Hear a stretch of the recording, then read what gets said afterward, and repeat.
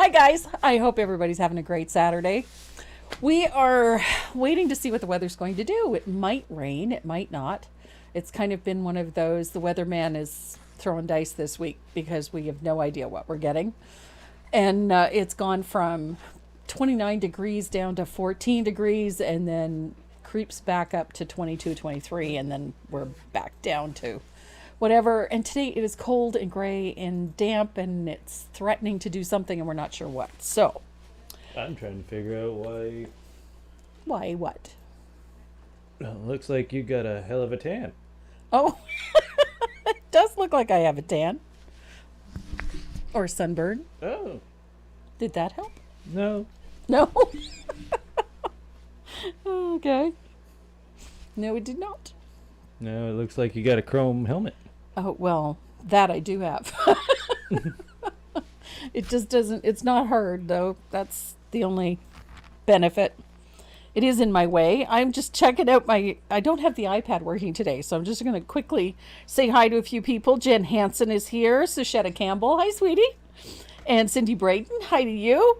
Tara Ellis. Donna Pultz. Bianca Cam. Nice to see you. Robin Harkless. Hello, sweetie. You're doing a vendor show tomorrow. Oh my goodness. So she's busy. And Cindy Nez is on. Hi, honey. Good to see you too. And Tammy Mannon. So we got a full house today. Lori Skiffington and Deanna Swindlehurst. Hi, Deanna. Nice to see you. And Javona Smith from Wiley, Texas.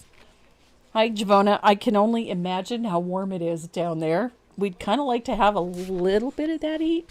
A little bit. Not all of it, though. Well, that's the best I can do. Yeah. Well, I have color. I'm not washed out today. I am in a Scully mood, as you can tell. I love my apron. So today we're going to be painting Farmhouse Lavender.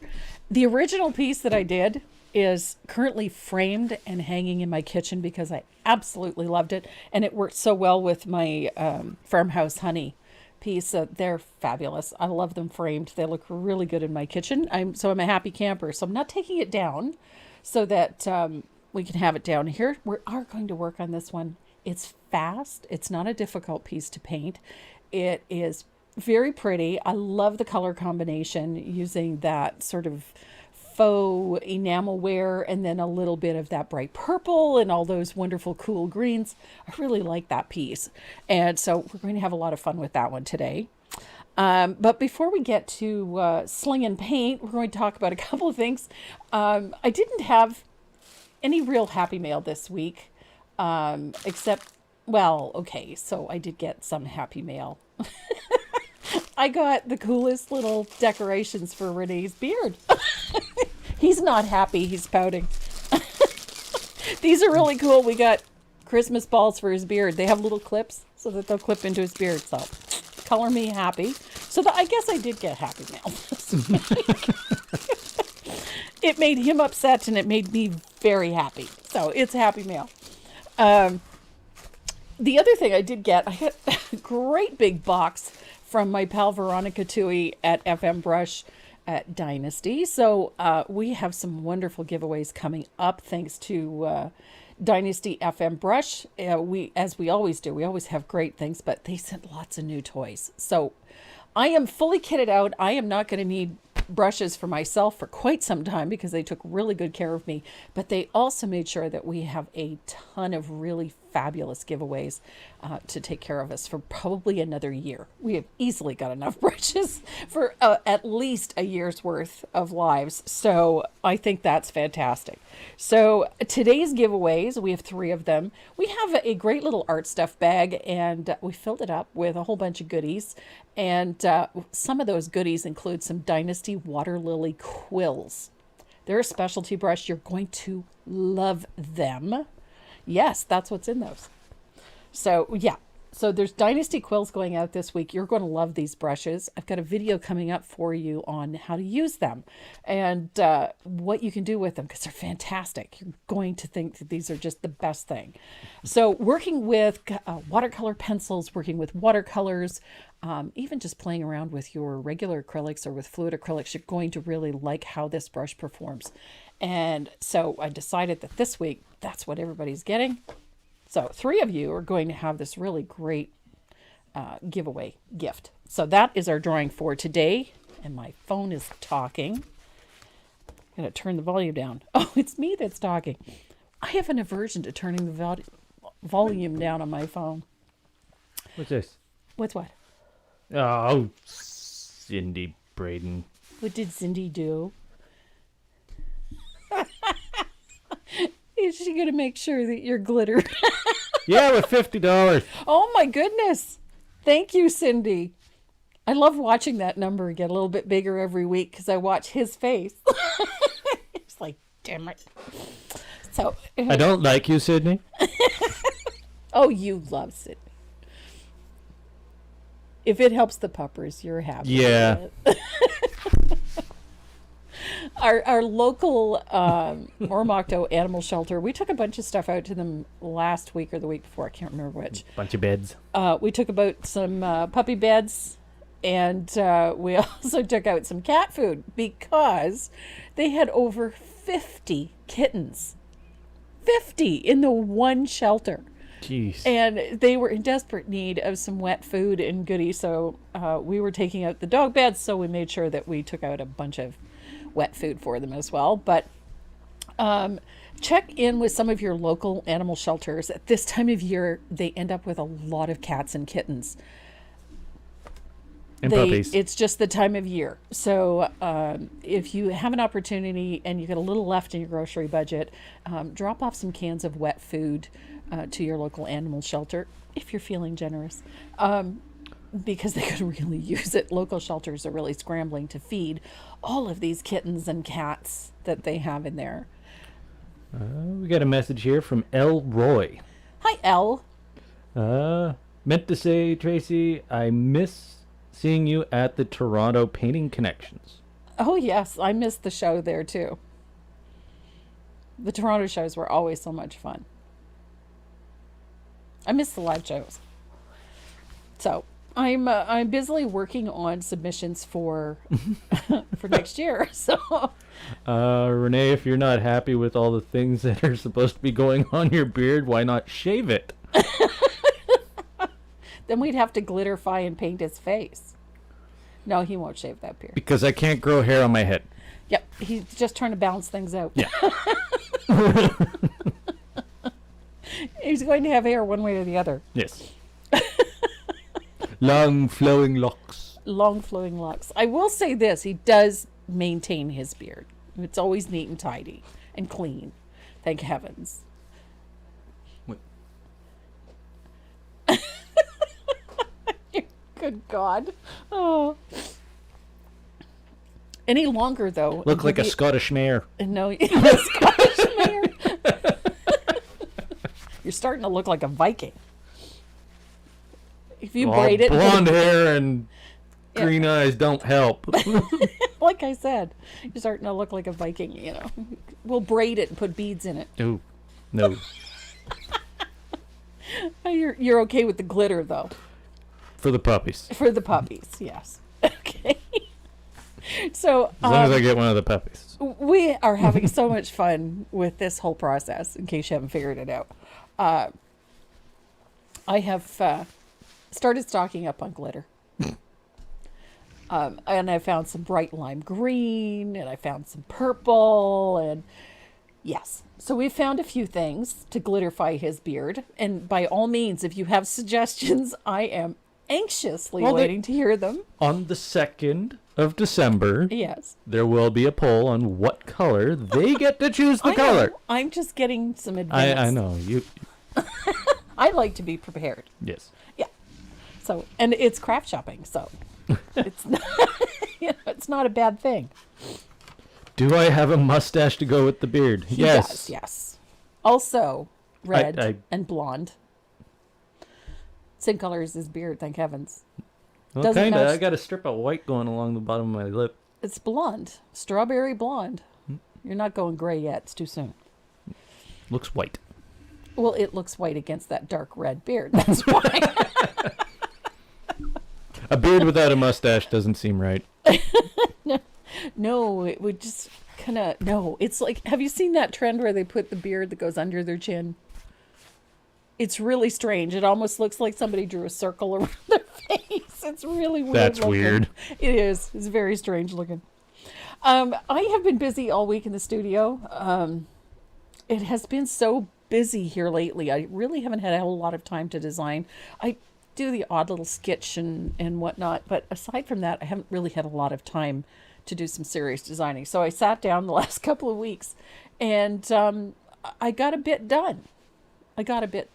Just a bit. Just a bit. Yesterday and the day before, I sat down at my drawing table and I was doodling, and doodles turned into a basic outline. Then the basic outline turned into a full-on sketch, and then I cleaned it all up. And anyway, I came up with a couple of fun little ones. I think these are just fun, simple techniques, easy to do. A lot of very loose watercolory techniques, and did most of this with a quill. So it's a pretty straightforward piece. It's not no heavy base coating, no nothing. Of course, I can't stop at just one, so I did that. So I put these together. I'll probably write these up over the weekend, but these were a lot of fun to do. Kept the color palette really simple. The technique as simple as possible. And so I think you guys are going to enjoy these. So these may be for a future live. But for next Saturday, we're going to have a lot of fun next Saturday. This is what we're doing. So next Saturday, we're going to tackle these sunflower tags. I love this. Again, I couldn't get stopped. And this one is called Plant Sunshine and Harvest Joy. There are 2 tags. We're going to paint one during the class because it's exactly the same thing, just there's 2 of them in there. So we're going to paint Plant Sunshine next Saturday. I think you're going to enjoy this one. It's a fun one, and I love the color palette. So, and how can you not paint sunflowers when it's a cloudy? So, and of course, I had to put a bee in because I love bees. So the bees are there. So we're going to have a little bit of fun with that one. So if you are looking forward to it, surfaces will be here. I believe they'll be here Tuesday or Wednesday. So with a little bit of luck, we'll have all the surfaces in before Saturday. The other 2 patterns that came out this week were these ones, the Holiday Treats 1 and 2. I really enjoyed doing these. These were a lot of fun. Renee's still not happy that I'm painting Christmas in June, but so we have Holiday Treats 1 and 2. I don't think these ones will be alive. These ones will probably be a Zoom class simply because there's just far too much involved in them. So that is what's on my table these days. I did, however, start base coating out my new teacup. So Another teacup. Another teacup, yes. Well, they keep asking for teacups, so teacups it is. And today we're going to be Still got a cow to do. I still have a cow. Well, the cow's over there. I broke my cow, so I had to order more cows, and those will be here Monday or Tuesday. So I have more cows coming. Moo. It's all designed. I just need the surface. And Gotcha. I need the cow. So today we're going to be painting Farmhouse Lavender. This one is super easy to paint. It's very forgiving. It's fun to paint. And I've been doing this type of thing on these thin 8x10 MDF panels. They're inexpensive. They're easy to find. Just 8x10 art panel, the little canvases. Just an 8x10 surface is all you really need. It doesn't have to be anything fancy. I wanted to frame mine, so I put them on these thin 1/16 of an inch MDF panels, and they work out just beautiful. So, if you guys are ready to get started, so am I. Really, Tracy? Christmas? You should wait until at least July. Oh, I have something else for Christmas in July. Don't hit the microphone. And switcheroo. Switcheroo. So this is the surface. It's a super easy one. Again, I really like working on MDF. It's a nice smooth surface. I did have a couple of people comment. I've had ornaments made out of this material. the little paintbrushes, and they were concerned about the quality. This is actually a hardboard. It's really quite durable. It's a very smooth surface. It's wonderful to paint on. Our biggest issue these days is we're not able to get a lot of the regular MDF, that 1/8 or that 1/4 inch thick MDF is just not available to us. And so my supplier has been making a lot of my stuff out of the 1/16 of an inch, but it's stiffer and it has a really nice finish. And I really like the weight of it. And it also makes these surfaces frameable, which is nice. So, is your sale code applied for patterns too? at the secret sale code that's up top? I'm guessing yes. so. Yes, it applies to everything on the site. There you go. Yep.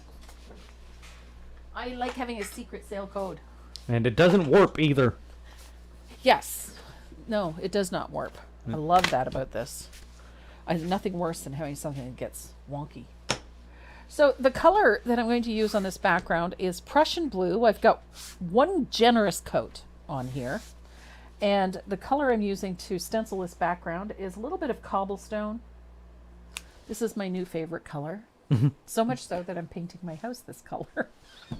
Well, at least 2 bathrooms. Well, so far, the bathrooms look fabulous. So the stencil I'm using is this one's chicken wire. This is M257, I think. I think it's M257. But it's... Oh, you're so close. What was it, 58? No. 56? Yes. Okay. So close. M256. I knew it was in there somewhere. So close. So close. So I'm going to tape it in place. I know something I forgot. Uh-oh. More than asphaltum? Almost. On the Tracy Morrow Live group, the Facebook group, for the month of June, we had a, let's call it a show and share.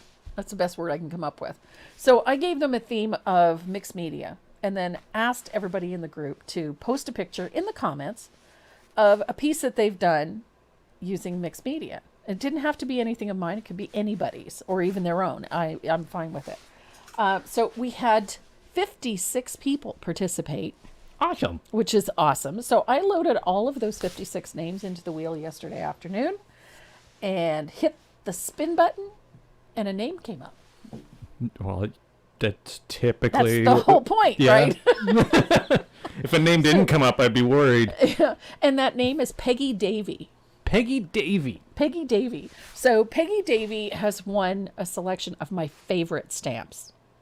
A selection. So there's a grunge set, there's a vintage note set, and there's a B set in there. Of course. So she's got a whole set of those stamps plus some other goodies from us. So Peggy, those will be going out in the mail to you on Monday. So make sure that you pop onto the website, go to the little speech bubble in the lower right-hand corner of the page, and send us your shipping information so that we can get your goodies out to you. And to everybody who participated in the show and share this week, much appreciated. Thank you very much for joining us. And we are going to have another giveaway in a couple of weeks.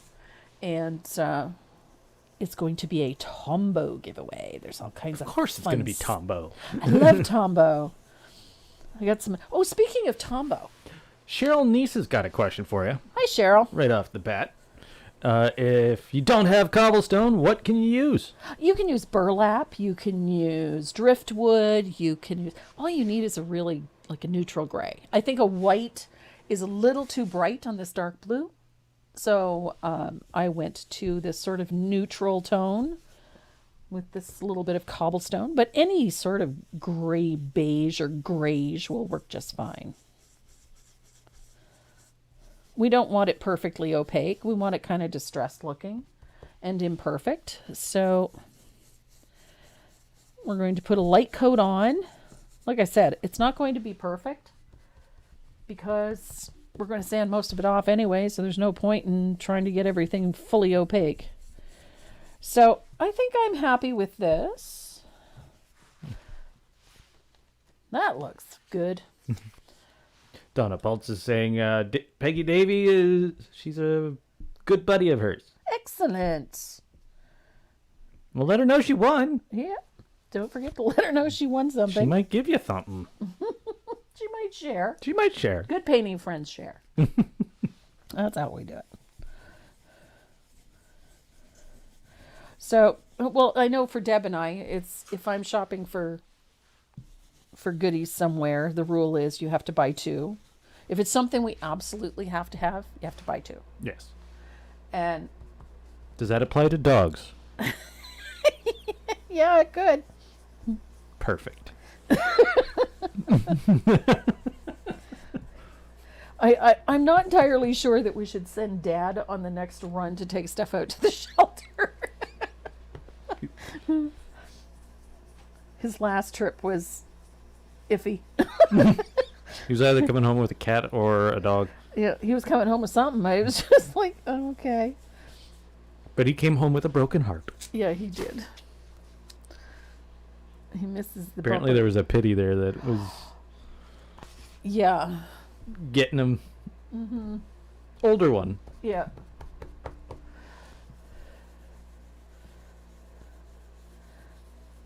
No, he's a big softy when it comes to the pupper dogs and the kittens. Animals in general. Yeah. I kind of had to chuckle yesterday because he was all set to go out traipsing and look for that fledgling. We had a fledgling that still didn't quite have all of his tail feathers and was hopping around in the backyard. Done. I can give you a bad Frenchie. A bad Frenchie? A bad Frenchie? Is there really such thing as a bad Frenchie? I like Frenchies. I could never own a Frenchie. I love their Sorry. attitudes, though.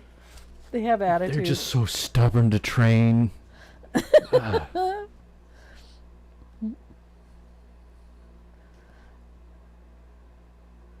Now, when you're moving your stencil around, try to line it up.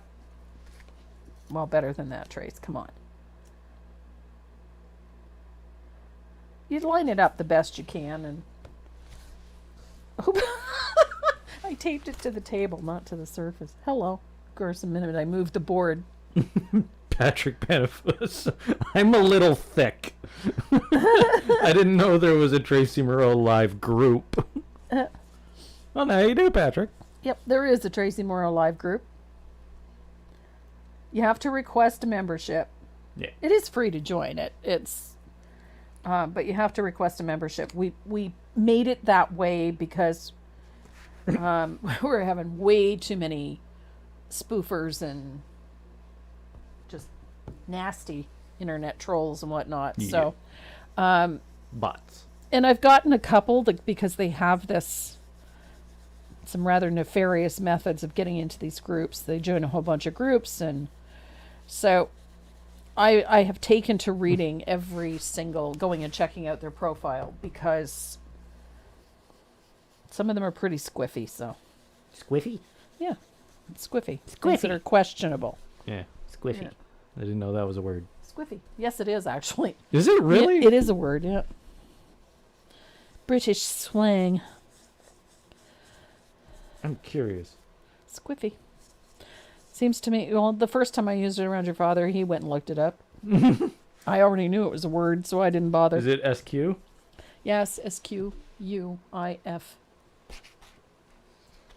Squiffy. Squiffy. Slightly drunk. Slightly wobbly, not quite right. No, that's all it says. Oh, yeah? Slightly drunk. Oxford Dictionary. Squiffy. British slang. Informal British. Adjective. Meaning slightly drunk. Okay.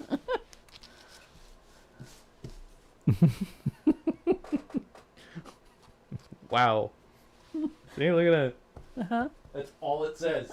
Slightly drunk. It's a bit squiffy. So I guess that would be the wrong term to use? It was, obviously. Is Delta in Canada? Delta? Like the hotel? No. They're painters. Oh. Right. Right. Renee, if you want a collie, let me know. I can hook you up. Raffin comes with an amazing line of collies. Oh, you want to hook me up with a breeder? So, I'm not a long-haired breed kind of guy. no. I'm a short-haired breed. Yeah. So I've got chicken wire everywhere. And now comes the fun part. Everybody kind of freaks out when I do this. I lost my piece of most excellent.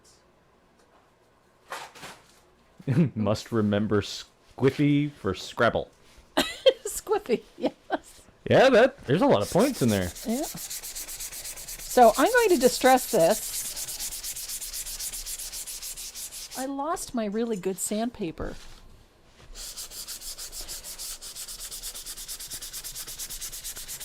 I had a piece of just this awesome sandpaper and I don't know where it went. So I have to, I don't know where it is. So I'm just going to wear right through some of that stenciling. I wanted a little on the rugged side. And then I'm going to take a piece of shop towel. I'm just going to wipe off some of this dust. Oof. I love Prussian blue. So this looks a little grayed out. So I'm just going to take some water.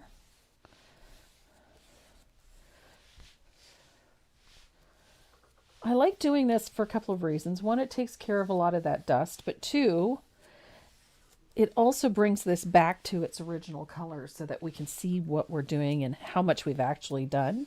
This is what it's going to look like when it's varnished. So you always have a realistic view of what things are going to look like. So once I've got a coat of varnish on, this is what it'll look like. It'll be that bold. So I'm going to dry this.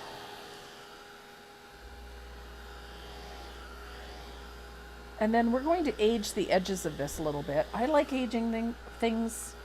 I have a thing about aging things.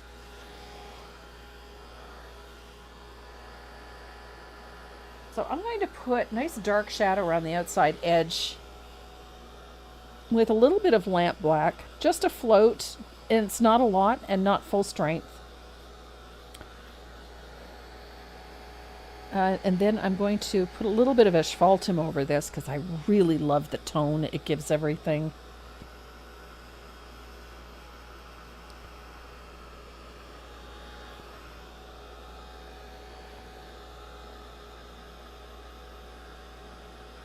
We are going to have so much fun with this piece.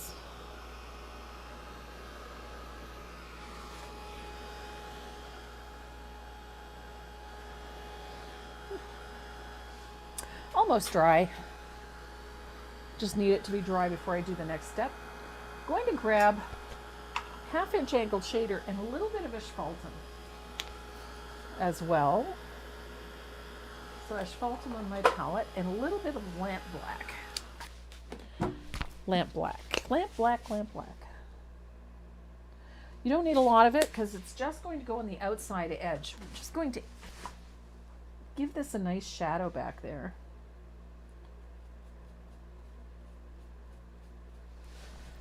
So just a little bit at the edge. It doesn't have to be neat, doesn't have to be tidy. It is not full strength. I just wanted to darken the edge a little bit.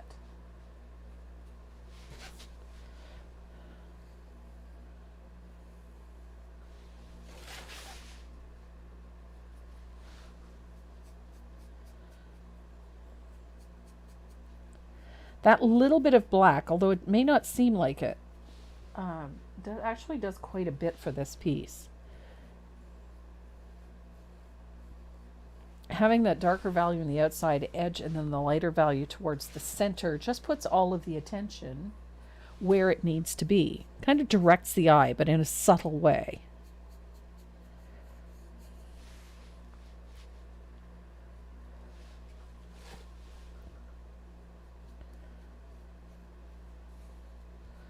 There we go.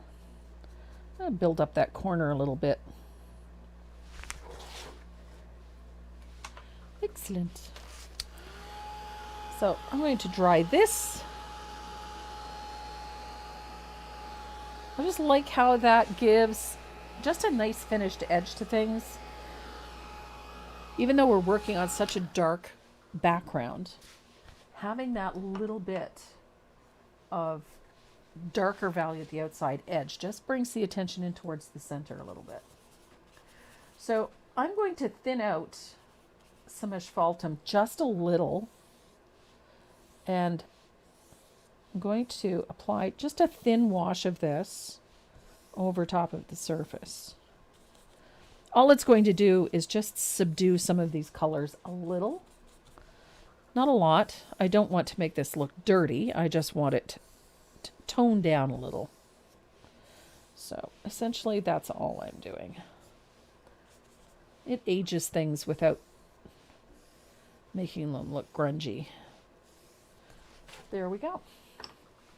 So that little bit of asphaltum, all it does is just warm things up a bit and tones things a little bit.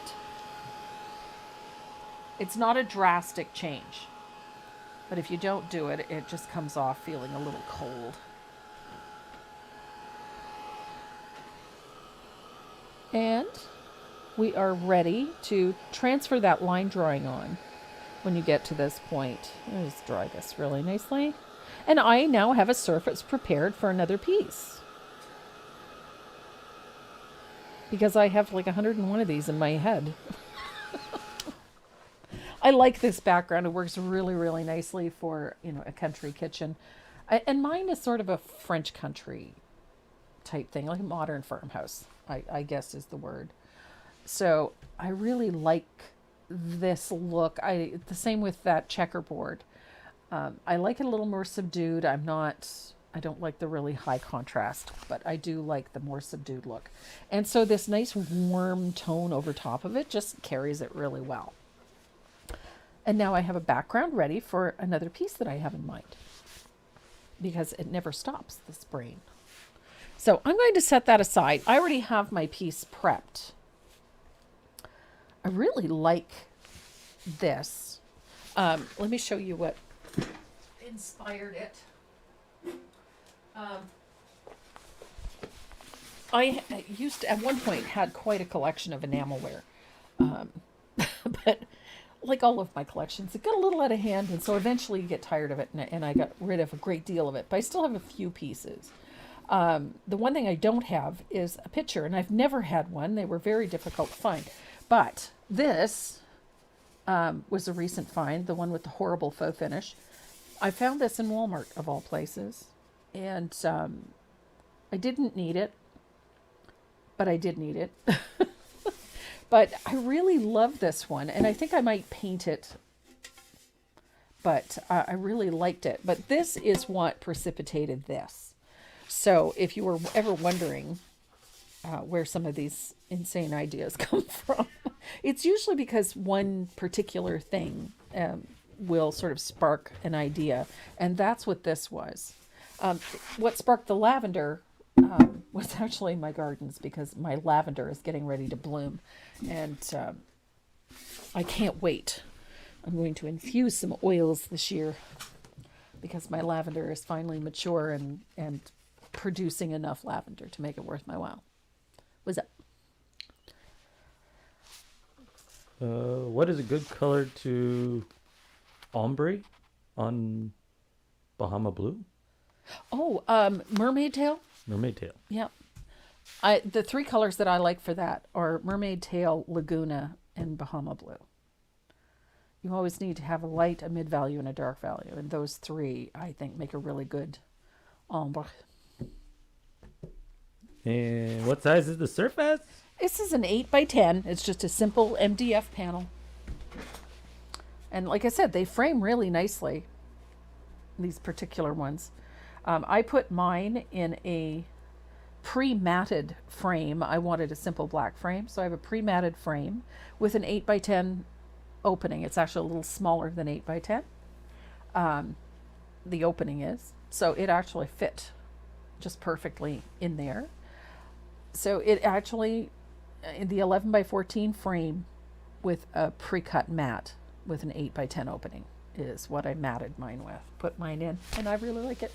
Behind glass, they look really good. So the picture in here, we want this to kind of look like old enamelware, which is the goal. And so I base coated this with warm white. I did the trim with lamp black. So all of these little edges along the bottom, the two rings at the neck, the lip of the picture, and then the trim on the handle going around here is all done using a zero rigger and some lamp black. And I kept it really simple. Don't fuss with it too much because you really don't need to. So the first thing we're going to do, we have to make this look like enamelware. And I'm going to grab I need a fugly brush. So I'm going to use this one. This is my 3/4 fugly brush. I'm only going with it because it's smaller, that's all. I usually use that great big one. And I'm thinning out a little bit of lamp black, and I'm going to mess up my manicure. And I'm going to spatter my picture with some lamp black. And it doesn't matter if you get it on the background. Don't worry about that. So I've got spatter on my jug. And then we're going to start shading this. Ugh, I got black paint everywhere. So just want to make sure that all that spatter is dry before I start doing this next step. Because otherwise I'm going to be smearing paint everywhere. So I'm going to rinse out my angled brush, and I'm going to pick up a little bit of warm white, and I'm going to heavily thin that warm white, and then we're going to put a little float of it right here. See that little horizontal line in behind our jug?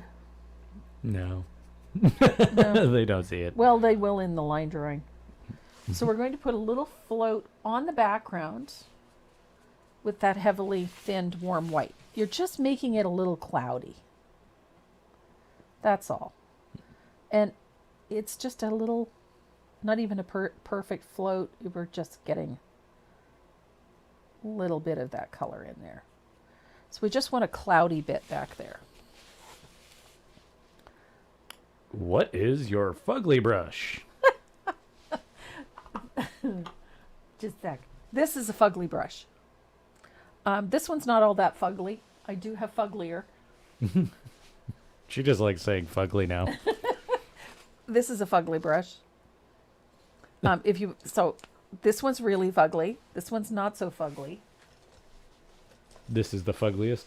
This is brand new. Ah. So I love these brushes. This is a Dynasty Encaustic. It's a 1-inch oval. I use it for base coating. I use it for spattering. I use it for texturing. I use it for decoupage. It's just an all-around really great all-purpose brush. And the fugglier they are, the better they work. I do have a couple that are so fugly, they're not even brushes anymore. They're retired. They're retired. I have worn them down to almost to the ferrule. These brushes probably get more wear than any other brush in my paint line. I absolutely love these. So if you're looking for a fugly brush, this one is all sparkly and new, which doesn't last long, I can promise you, for me anyway. This is a Dynasty Encaustic oval, a 1-inch. I absolutely love these, and I have them in 3 different sizes. I use the smallest one for smaller areas, which is this one. And this one sees a lot of wear and tear, but not as much as the big one. And then I have a 3/4 as well. That's the in-between size. I love this one too. So you can tell that I use these a lot because they get really fugly looking. The fugly yes, line. In case you're wondering, that's what my fugly brush is. Do you sell them? I do not, but they are available from Sandy McTeer at sandymcteerdesigns.com, or you can go to the Brush Guys at thebrushguys.com. And on both websites, you can use the coupon code Tracy M and get a discount. Boom. Boom. How come I'm not getting the YouTube feed? I don't know.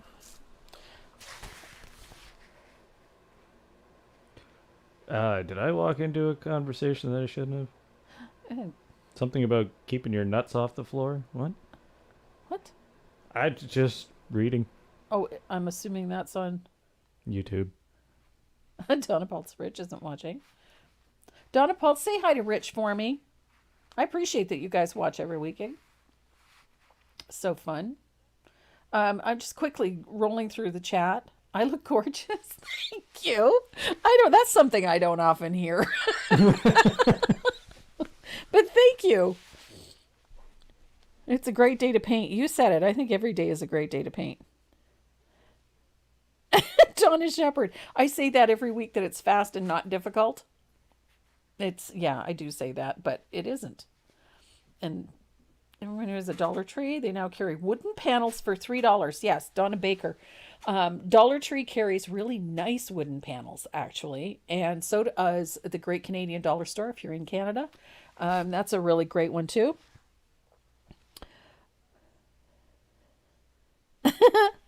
I just quickly go through it because I miss seeing you guys. Let's see. Kitten season has arrived. What's wrong with it?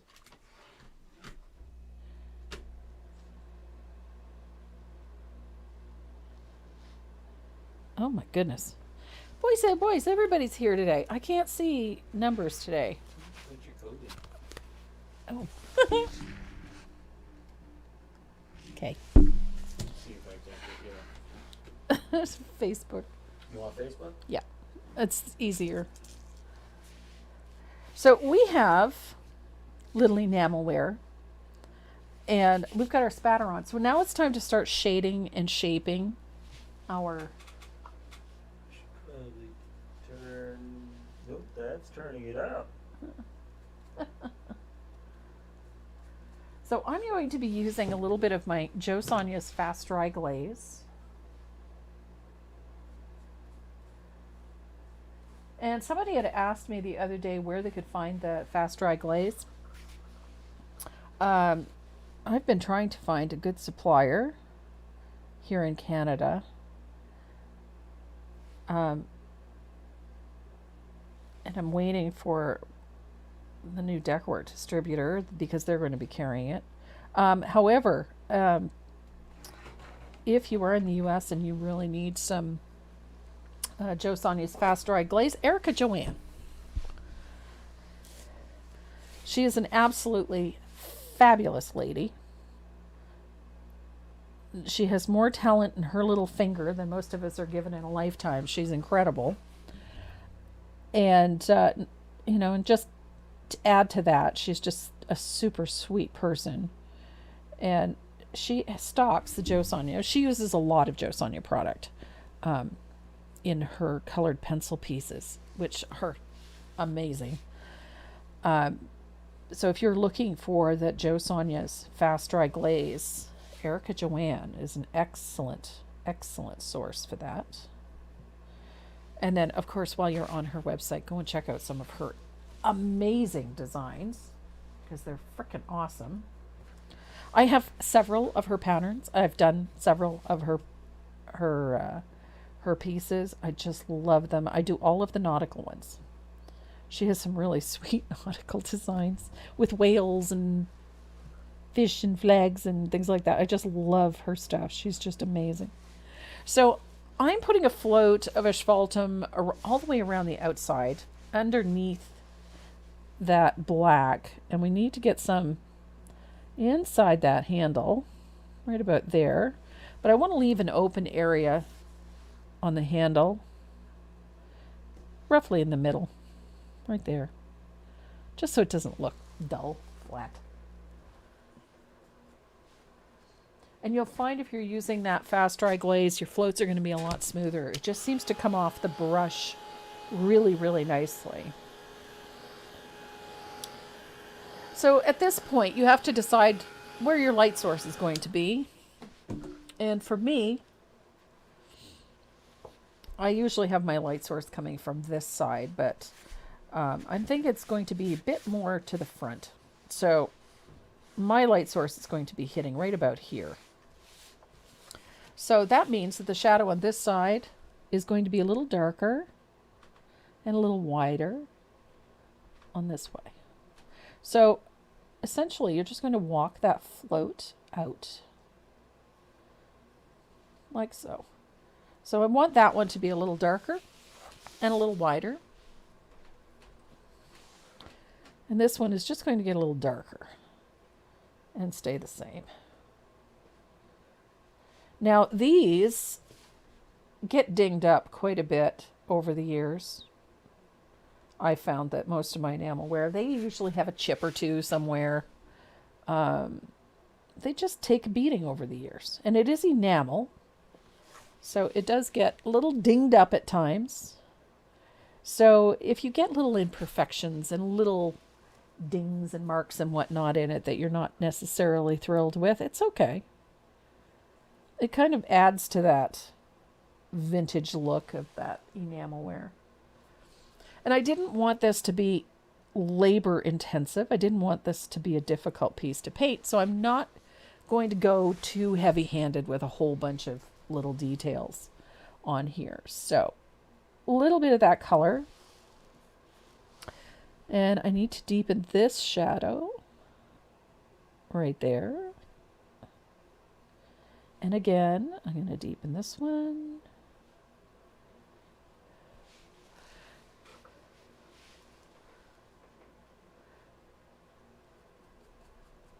This one is just a fun piece to paint. And it is forgiving.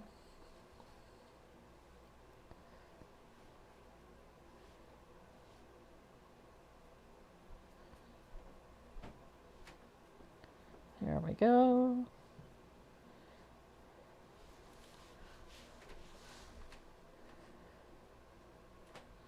So I'm using heavily thinned layers. I like layers. Just loose floats, nothing too elaborate. The one thing I will say is that if the floats are too perfect, I find that it loses something. It starts to look a little too polished, and I don't want it to look polished.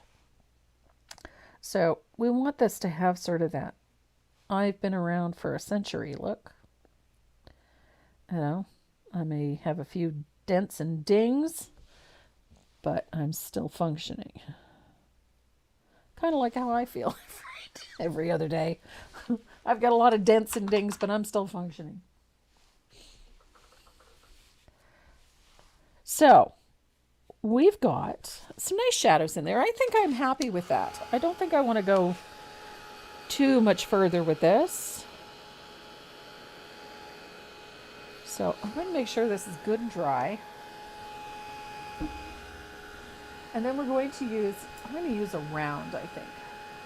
Now you can dry brush the highlight in. Now I want my highlight to be about here. So I'm just going to use just a stroke of an almost dry brush with a little bit of warm white right here. I don't want it to be perfect, but I do want it to interrupt a little bit.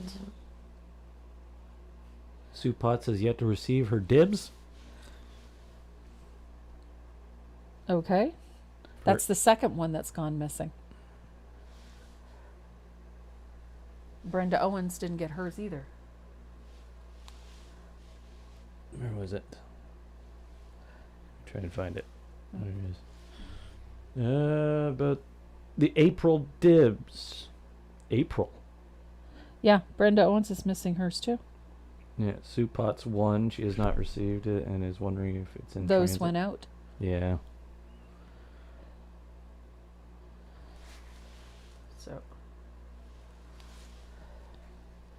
So we will have to come up with something to compensate, but those have long Why since is it only been shipped. artworks? I don't know.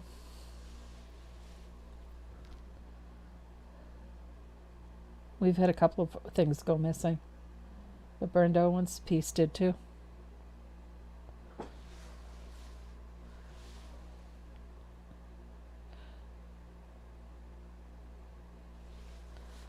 There we go. So no I'm offense taken. none Lucy. whatsoever. Of course not. Oh no, she was talking to me. Oh. She made a comment about keeping the nuts off the floor. Oh. Okay. It was in reference to ants. Oh, right. Okay. I read all of it. Don't worry. There was no offense taken whatsoever. I got the You got the gist. I got the gist. So I used a little bit on that black line in the center, just a little horizontal stroke, almost a dry brush of white on each of those little ridges. I put a little bit on the top edge up here on the lip of that picture. And you notice where they are? They're all in line with the highlight on the center of the jar. So there, and then I come out here onto the handle and put a little bit, just a little on that black. So our picture is done. So you don't have to overthink this one. It's pretty straightforward. So the next stage for this one is, because the lettering is literally going over top of the lavender, we're going to paint all the lavender in. And this part is so much fun. So you can choose your purples. I chose 3 values of purple. I chose a diox, either purple petal, and then the other one I chose was lilac meadow. So I have these 3 purples, and this is going to be my lavender. Really? What? There's even membership winners, like from the wheel, haven't received anything from the post yet. Yeah, they've all gone out. Huh? So they're just being delayed. Postal services. Considering From what April, it costs though? to ship them, Yeah. they should be getting them. I agree. I have, the only one that has not been shipped is Linda's, and it's because I haven't found an affordable way to ship it. What's the big that? painting. Oh.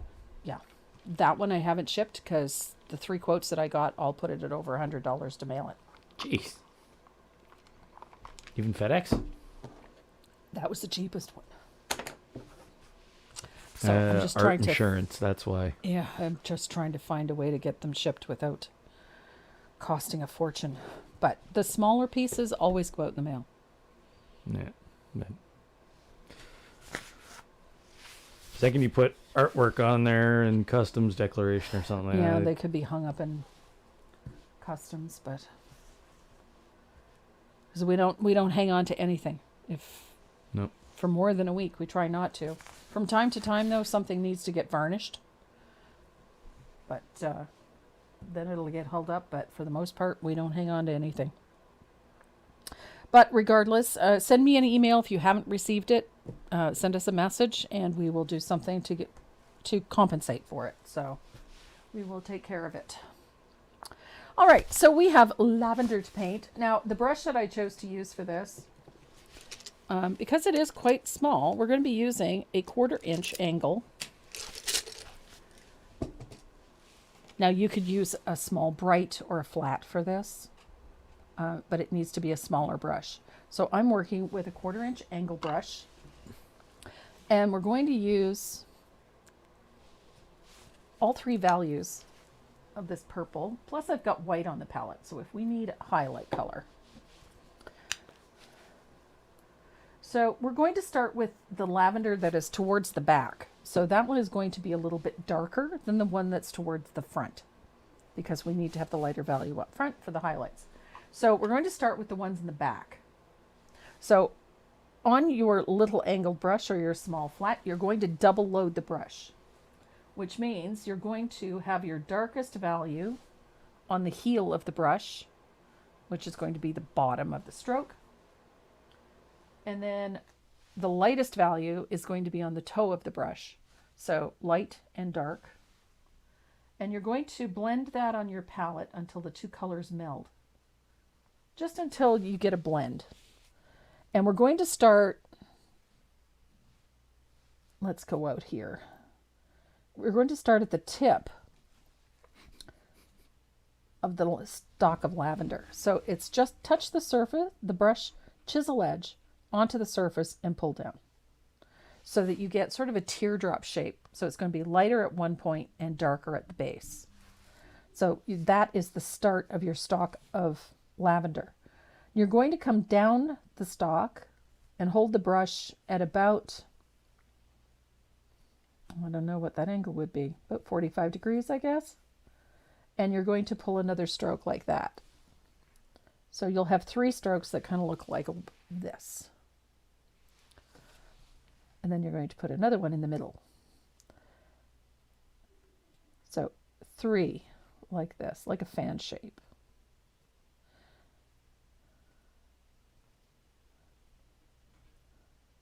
And you want each row of those to just slightly overlap the one before it.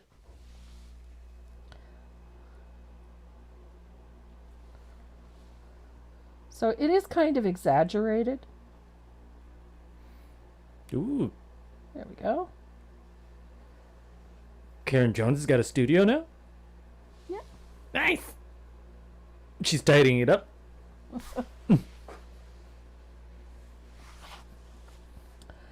Miss Jones. So yeah, it's just a tap and pull. Little clusters of 3, little florets like so. That's an angled shader, right? Yes, it is. Yeah. 1/4 inch, so it's not a big brush. 1/4 inch angled shader.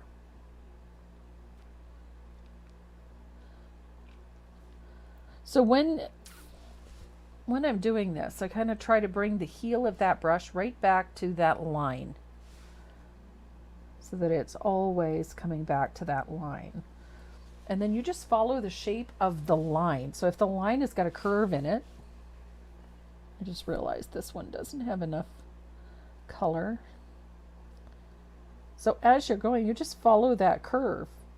So your lavender is going to have a nice curve in it.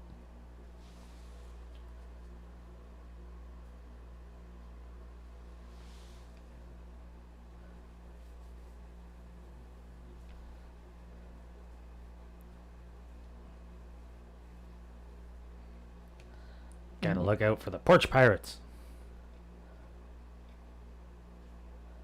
Yep.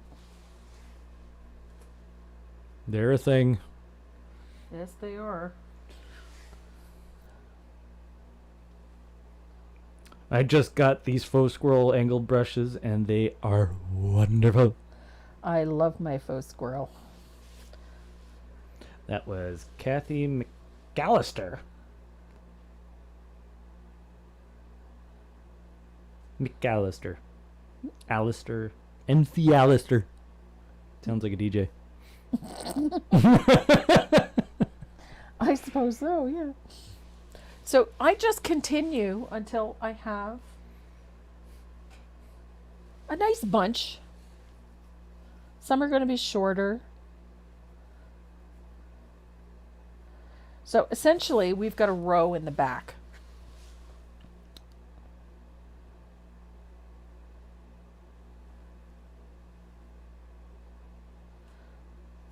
And when your lavender starts to look a little meh, little fat, it's time to clean out your brush and then reload.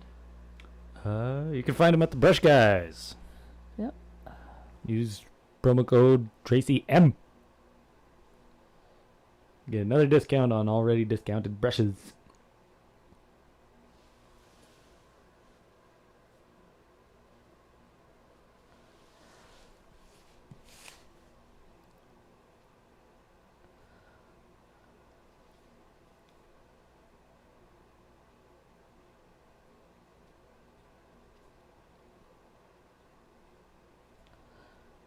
Yeah.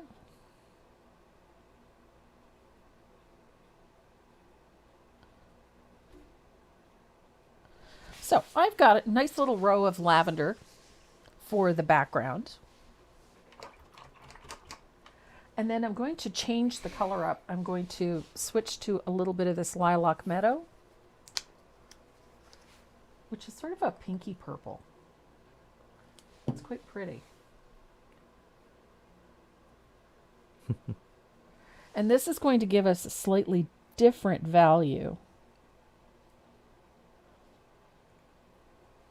And you're going to just tap and pull in some of this lavender. And you're going to just gradually fill in some of this space.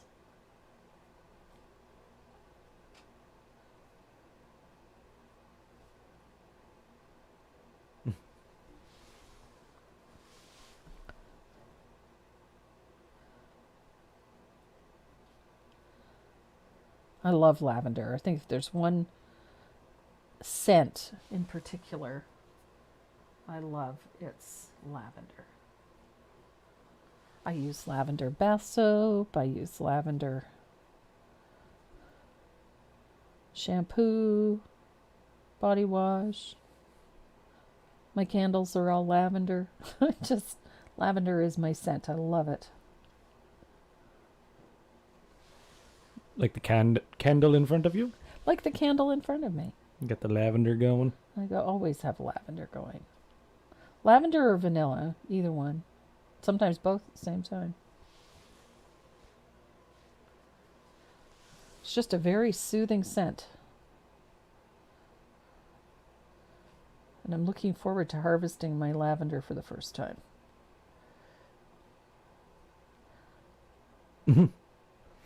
Yeah. Patrick had to look up porch pirate. Oh. Yeah.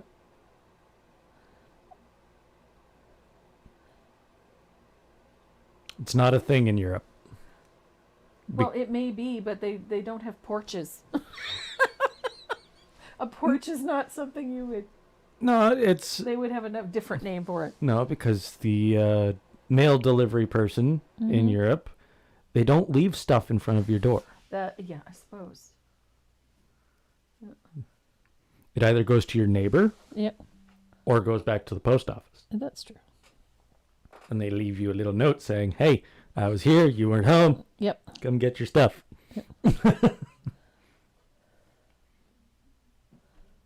Like Amazon. The only thing that does get left at a front door in Europe is milk Or beer. or beer, Yeah. if you're in Germany. I don't know if they have wine delivery.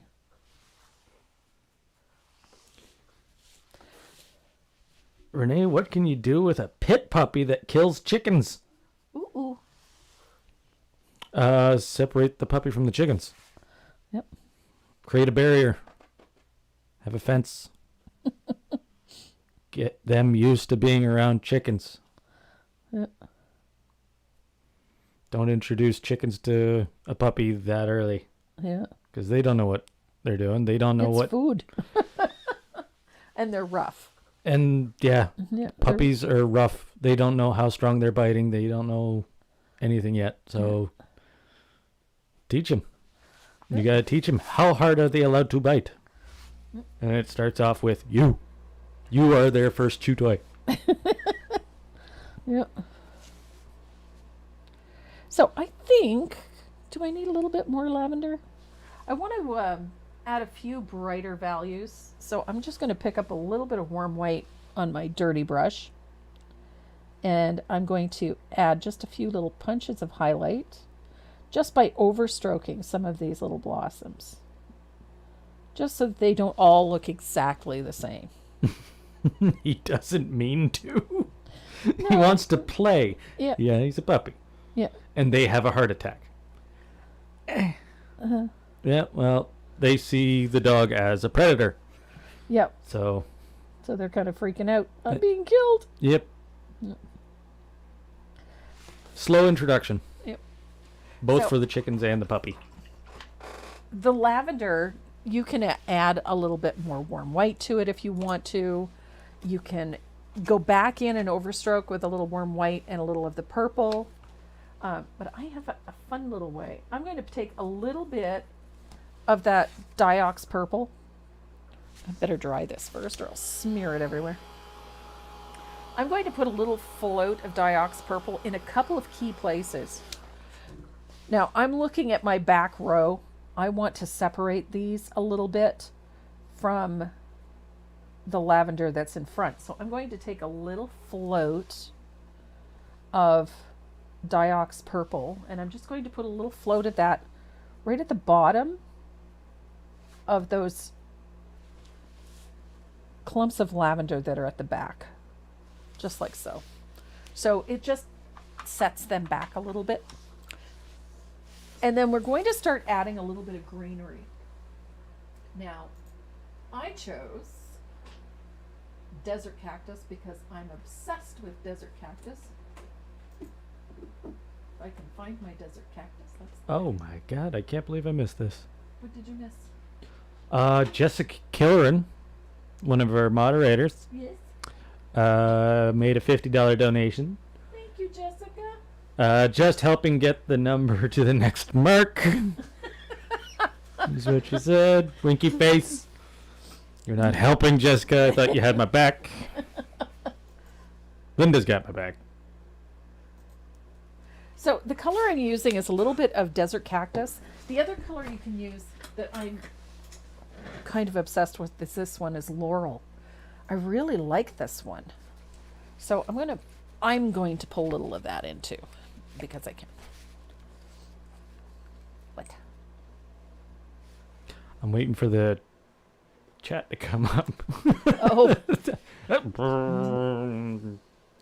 It just went zooming Wow. by. There we go. So here is your chance to break out your favorite round brushes. These are mine. I love these ones. This is a Dynasty Black Gold. This is a number 5 round.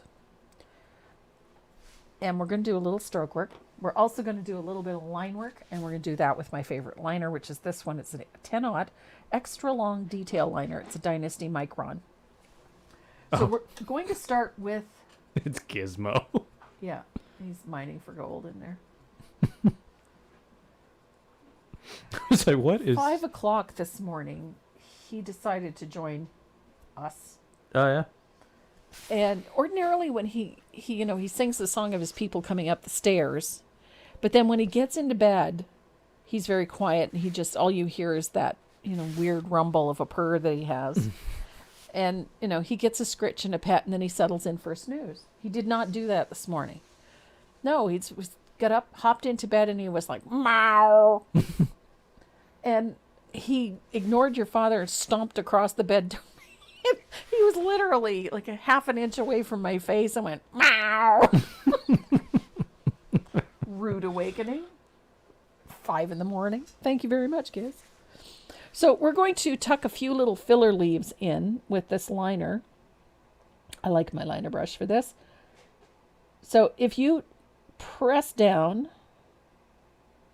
and then come back up on the tip, you're going to get this long, slender leaf. Looks like a wheat stalk. Mm-hmm. So these little bits are just going to fill in a few places. This is just a little bit of desert cactus. Such a pretty green. So we have these nice long slender leaves. And we also have to stroke in a few stalks because lavender has stalks. So those need to come down. Oh, what's your favorite size rigger that you use the most? Number 2. I guess. I use a number 2 rigger. I use all the riggers, but it all depends on what I'm doing. But I'm a fan of the number 2 and the 0. Those are the 2 rigger sizes that I use the most often. Oh, hi, Giz. What's up, buddy? Gizmo came to visit.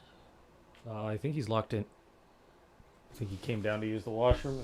Uh-huh. You want to go upstairs, buddy? Somebody let me out.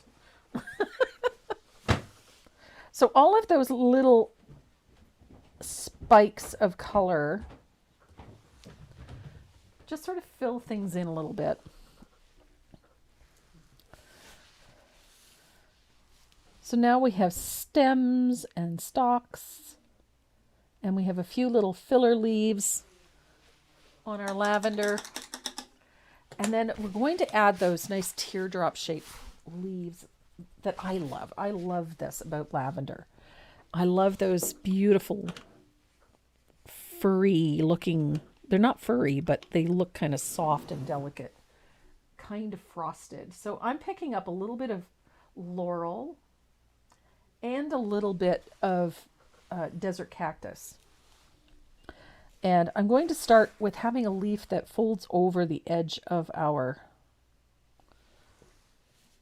pitcher, just a little. And this is just a comma stroke. Okay, my brush isn't working, or I'm not working. My hands aren't working today. So comma strokes, I love that lavender has this leaf. And remember, it's a spray, right? So we're going to have those leaves following a particular shape and pattern.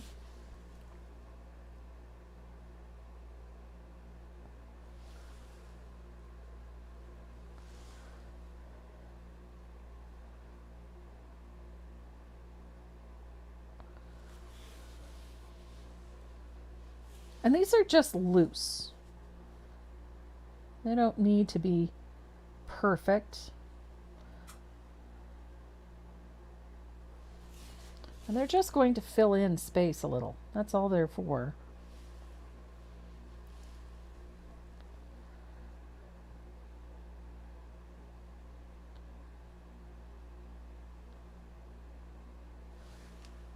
And then I'm going to grab just desert cactus because it's a little darker.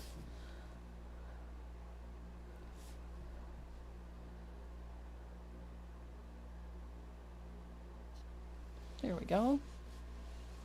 And it doesn't need to be a lot. There we go.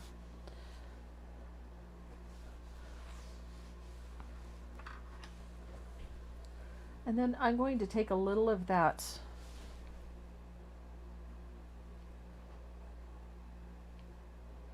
just a little of that laurel and just give it a little bit of a center vein.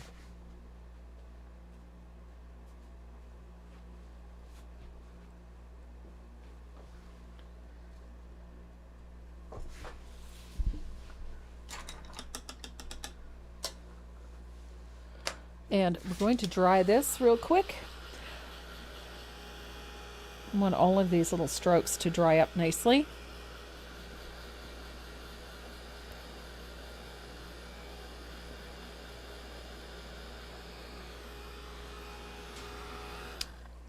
Now you can go to a smaller rigger or a round, and you can add in a few little small leaves just to fill in a few little spaces with some smaller greenery, like so.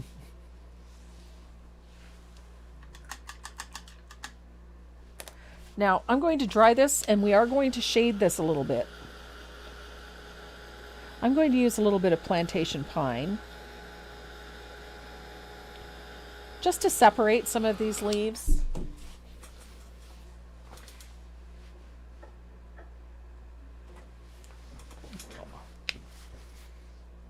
Robin Storm's Gizmo's got a sinus infection. Oh, poor baby. Going off to the vet. Well, Frenchies and most dogs that have that sort of pushed in nose have a lot of breathing issues. Yeah. Or respiratory issues. So I'm using a little bit of plantation pine. I'm not using it full strength because I don't want to overpower all of these greens. I want them to keep that cool look. So I'm just using it to separate some of these strokes. That's all. So it just helps you break this up a little. It also helps shape these leaves a bit more. Just having that little bit of darker value in there. Valerie Clemens is wondering what water basin you use. Oh, I actually use one from Royal Langnickel. I've had it for years. At one point I think I had 6 or 7 brush basins, but I got rid of most of them in favor of this one. And I think you've all seen it. It's this beast here. This is one of its better looking days. It doesn't look quite so filthy, and it usually is quite filthy. All the paint. I took a few minutes today to clean it up a little because it was a disaster. So, like I said, just a little float plantation pine in a few places just to separate and darken those leaves in there. We're not looking for an absolutely perfect. We want this to have that sort of rustic look. So, this is my preference. Kathy is wondering what other color can you use instead of laurel? Laurel. Hang on a sec. Let me look at my paint rack.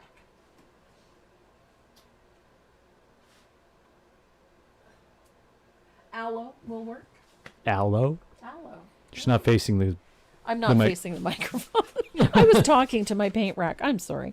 You can use aloe. You could actually use a little bit of desert cactus with a touch of white in it.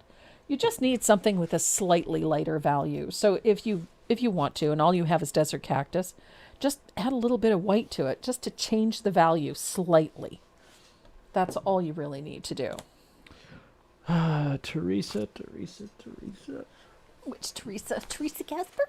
Yes. What did she do? $70. Oh my gosh. Just had to round out the number. It hasn't changed yet. But it's gonna. It's 1931.56. Oh my goodness. And there it is, 2001 and 56 cents. Terry, you're awesome. Thank you. So there's the lights. So now we have lights. What's the next one? Well, that's the next one. Oh, yes. Little Christmas balls. So the lights are a go. So lights are a go. The glitter's a go. The lights are a go. Oh my gosh. I don't know who's having more fun with this, you guys or me. I think this is flippin' awesome. I'm going to thoroughly enjoy this.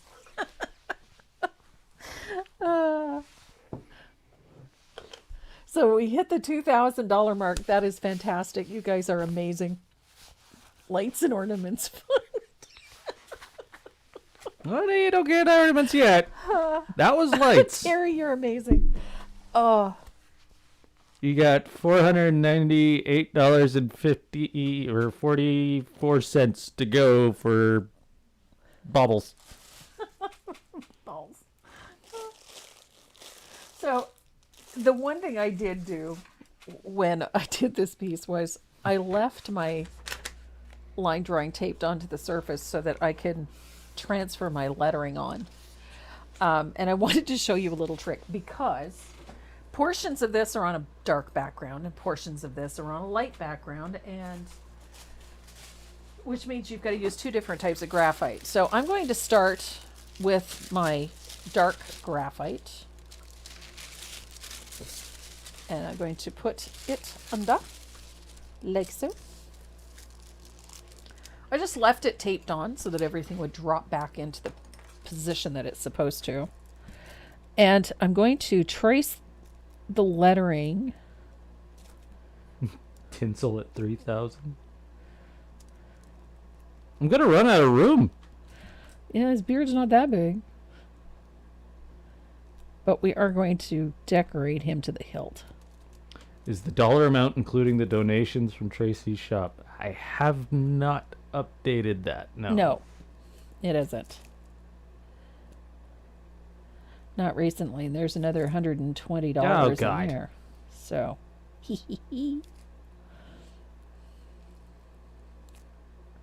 may have to get Tracy involved. Oh, she's involved. Oh, but I am not adverse to wearing whatever goofy, insane Christmas decoration you want me to. I'm good with it. She's perfectly fine. I have no problem whatsoever. But You like want I me to said, dress like an elf, I will. I don't care. but like I said, you guys get it to 5,000. I will go to the shelter and with all the stuff in my beard and the Santa hat, Paying penance. check in hand.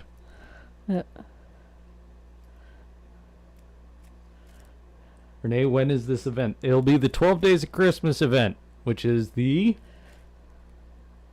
7th of December. 2nd of December. 9th. 9th of December. My brain is not. Don't mind me.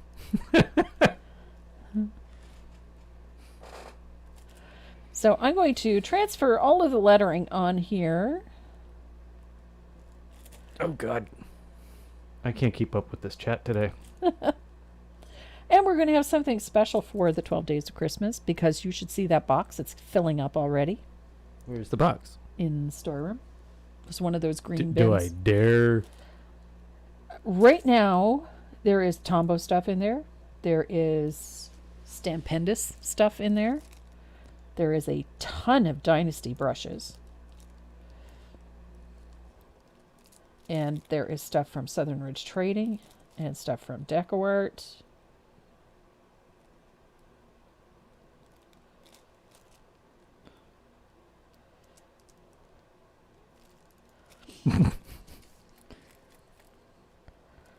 So I have all of the black on. Well, maybe not all of it. Yes, it'll be a I video missed all on its own. Yeah. If you hit the 5,000 mark, I will definitely go down to the SPCA myself, check in hand with all the lights and baubles and glitter in my beard, All of the things. all the things, with the Santa hat on. Yeah. Make the donation, maybe see a puppy or two, and it will all be filmed. Yeah. It'll be recorded. Yeah. Sorry, not filmed. Filmed, recorded, same thing. So I have switched over to some white graphite so that I can do the last of the bits that need to be in white. Stuff on that dark background so that you can see it.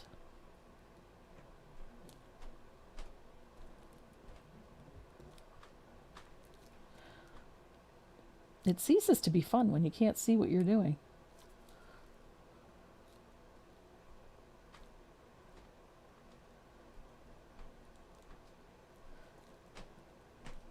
I have entirely too much fun with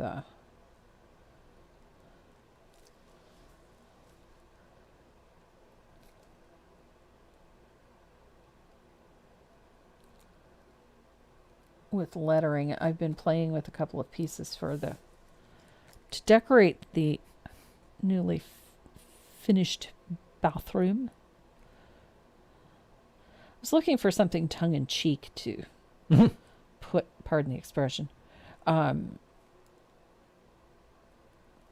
put up in my bathroom. So I wanted something with lettering on it because the main floor bathroom anyway, has sort of a vintage industrial type look in her. I've been having entirely too much fun decorating. So I have my white lettering done, and this way it's consistent and it's easy to see. There's nothing worse than trying to paint something and you can't make out where your lines are. So I like this little white glow back there? And even though it's a simple little thing, it does give you a little more depth to the piece. So we're going to start with the white lettering at the top. This one is very straightforward because we're using just warm white. I'm using a number 2 rigger. And you're going to thin the paint out because we're going to create a really distressed look with this lettering. So the thinner the paint is, the better. It actually makes your life a whole lot simpler. It's more difficult to distress something when it's fully opaque. So we want this lettering to distress fairly easily without distressing everything else too much. And so I wanted thin paint.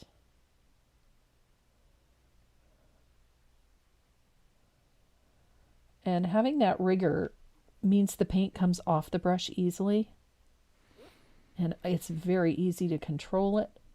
And so it makes the lettering a bit more consistent. Even though it's not fully opaque, it still looks okay because it's consistent.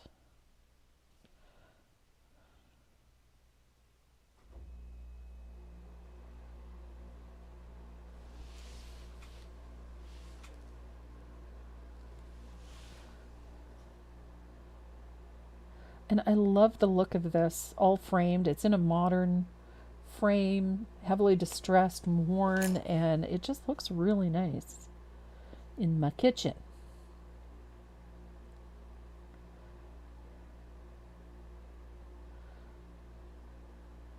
I've got one on either side of the giant pocket watch that's on my wall. Ooh, too much. Too much liquid. A little too watery.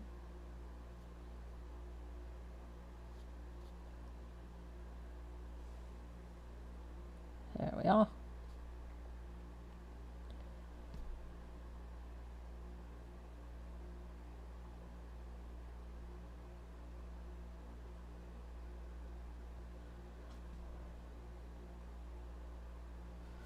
I love vintage farmhouse look. I love distressing everything.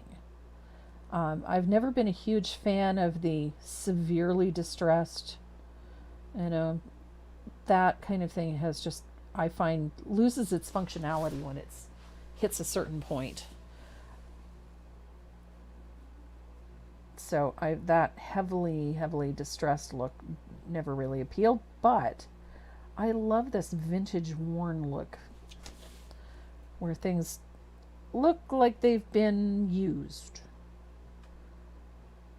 I have several pieces in my cabinet that are favorites. I have a 1920s kitchen scale,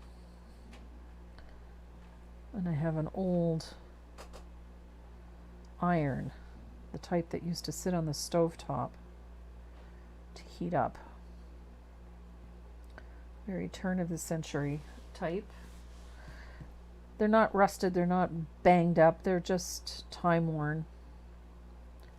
And so that appeals to me. And this sort of falls into that. I like that vintage era, particularly for me, the era that appeals to me the most. Anything Depression era farmhouses appeals greatly. 1920s, 1930s, post First World War, pre Second. Can you show your framed piece? It's I might have a picture of it. Yeah, it's hung up at about 6.5 feet. So it's not that bad. No, it's just up there. It'd be It's hard up to get there. down. Yeah, not hard to get down, but a nuisance to get down. So that's what it looks like framed. So pretty.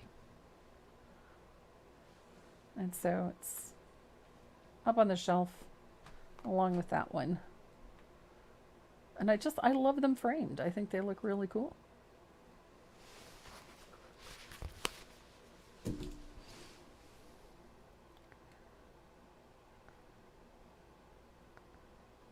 I know that modern farmhouse look appeals to me on a lot of levels, but I find a lot of it doesn't have enough color for me, and so I really like this combination with these, brighter colors and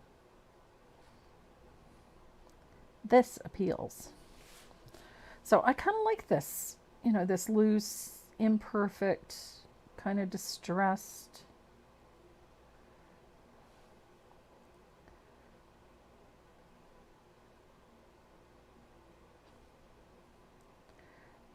For a while there, industrial was very popular, and industrial design. It kind of wore off real quick, but some of the elements of it really appealed to me. I like the heavier metals look that appeals. I like the distressed metals that appeals, but I like it with clean color, clean design. There's a great many things that just about it that appeal. So I've incorporated a little bit of it into some of the renos that we're doing. So there is my farmhouse. I'm going to leave this for a sec because it needs to dry. And this part here is really simple. I'm going to distress the lettering just to wear through in places because I kind of want this to have that worn out look. And so while that's drying, I'm going to come down here and we're going to paint lavender. I got to switch cameras for a second. Okay, why? Because they asked a question. Okay. And the question was, do you keep and display all your paintings? Okay. Give you an idea. They're all along every wall. Yeah, the studio's kind of full of them, like That up on the wall. top. That wall. That wall. That wall. In the gym. Yeah, And there's more behind me. yeah, That wall. There's my microphone. Won't let me go any further. yep. Perfect. Yes, the answer is yes. And upstairs, I mean, Everywhere. I have a tendency to paint for specific decor, so I have some of the more elaborate pieces are in the living room, some are in the big portraits are in the dining room. Actually, come to think of it, everything you've painted on these walls was alive. Yeah. Well, not all of them. There's Not a all couple of them. that haven't, but yeah. There's a few over there that are not even done by you. There's one. Yeah, the gnome. Or No, those are all done by me except for the snowdrops. Oh, no. Yeah, okay. Yeah. Snowdrops was done by A friend. a friend. Yep. Cool. All right. Back to painting. Yeah. I have paintings by all my friends. And the same with those two over there, the purple flowers, the red flowers. Those two are painted by Sandy. I have pieces up there that were painted by Deb. I have pieces over there by Trudy Beard. They have like a dibs thing between the three of them. Yeah. So, yeah. And I have pieces from some of my favorite artists that I've bought over the years. So I wanted the lettering down here to reflect the subject matter, so I chose lavender, which I think is probably my favorite purple. It's just such a rich purple. And it's very pretty. So again, I'm using a number 2 rigger to paint this lettering in.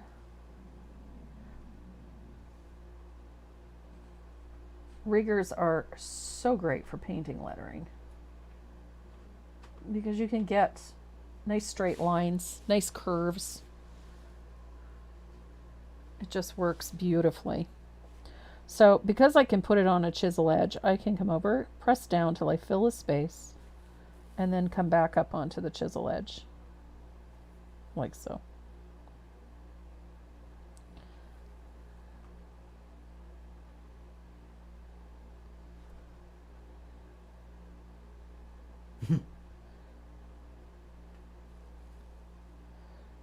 Uh-oh. What? I just donated money through PayPal to Tracy for the ornament fund. Yeah, we have that little Yeah. spot on the website. And for those who don't know, the big pupper The dog that you see on that link is our Dot. Yeah. That was Miss Dot. And we lost her back in March 27th. This was already ongoing. Yep. Yep. I already have a name for my next dog. Oh, do you? Yes. Snafu. Snafu. Snafu.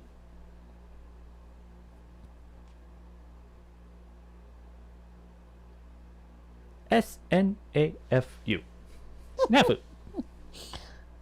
And those who are military will completely understand, and those who grew up in the 1950s probably saw the cartoon. Yeah.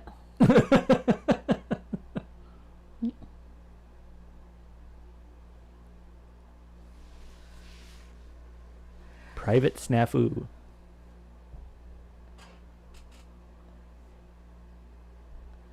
Must have been similar to Beetle Bailey.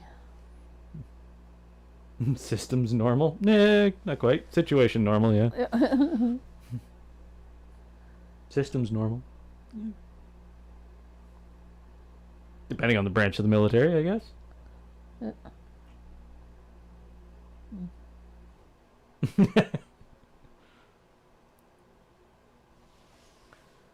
Oh, they really appreciated the little tour of the studio.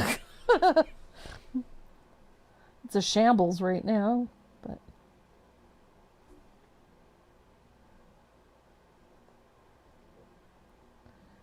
you do what you can with a certain amount of space. Even though I have a good sized studio, it gets filled up really quick. Yeah. What's going on YouTube?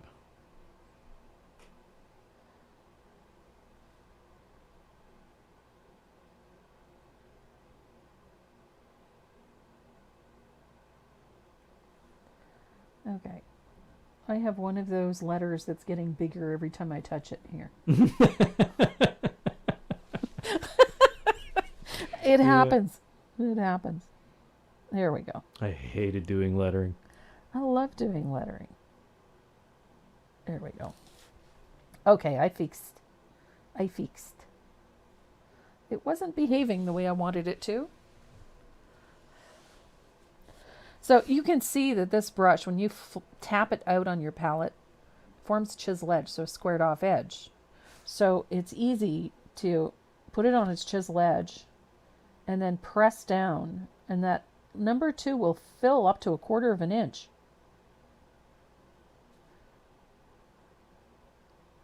And because it has a chisel edge, you can do this. So when I get to that point, I just run it right across the chisel edge like so. Oops. I clicked a button. You clicked a button? Yep. Which button did you click?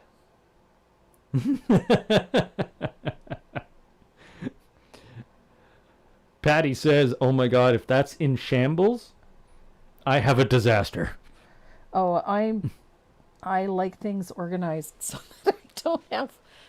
I know it is organized. It's organized chaos. Yeah, but it's organized. that's the way I do it too. Yeah. Organized chaos. It's I organized. know where things are. Yeah. I don't care about you. As long as I know where it is. Yeah. So I have to have everything, a place for everything, because if I can't find it, I'm pooped. Who else carries the rigger brush? The brush guys are out of stock. You can check with Maureen Baker at maureenbaker.com, or Sandy may have some in stock. Stockade? And Dick Blick. Oh, no, Stockade's been having trouble with the faux squirrel, right? Stockade only carries they carry black gold. They don't have faux squirrel. Ah, okay. Yeah. That's what it was. Yeah. They have the black gold, and we don't have a rigger in black gold. Only in faux They squirrel. should. I like my faux squirrel. But yes, Dick Blick carries my faux squirrel brushes, and so they carry the riggers. So if you are looking for them and the brush guys don't have any, that's the place to go.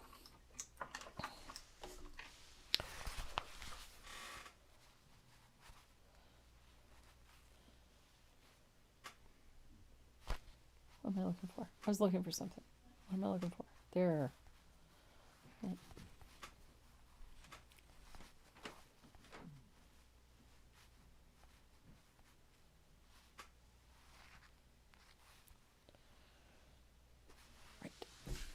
So the color I'm going to use for the word organic is, you just need a lighter purple. I'm going to use that purple petal for this one. And I think I'm going to switch to a smaller rigger. I'm going to use a 10-aught for this one. Just because it's such a tiny script.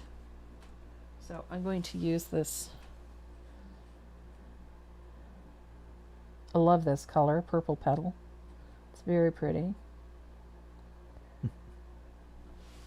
I just saw a picture of a pitty. Oh no. Yeah. You know what it said for a No. caption? No.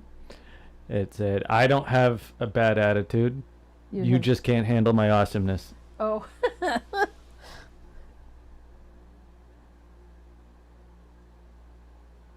Does Country Bear Creations carry the rigger brushes? Not currently, no. No?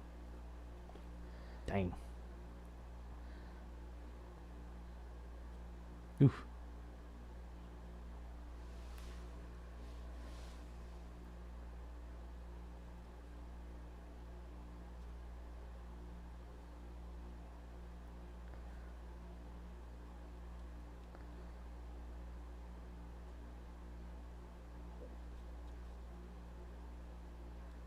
Ooh. My brush has got a split. Uh-oh. There we go. If it was a bigger brush, was I'd say show them how to fix a split. But No, it has this is a beat up. the beat up liner. Oh, it is. Not a liner, it's a 10-aught rigger. Ah. And it has seen better days, methinks.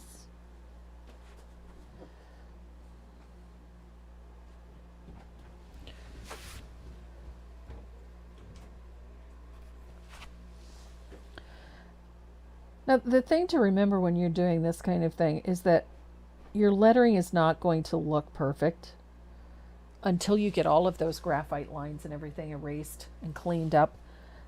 Nothing looks perfect with all of that graphite there. So give yourself a little credit and a little bit of grace, because it takes time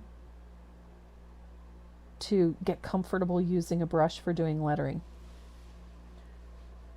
You didn't learn how to print or write overnight, so this isn't going to happen overnight either. So you got to give yourself a little bit of grace, give yourself ample time to practice it.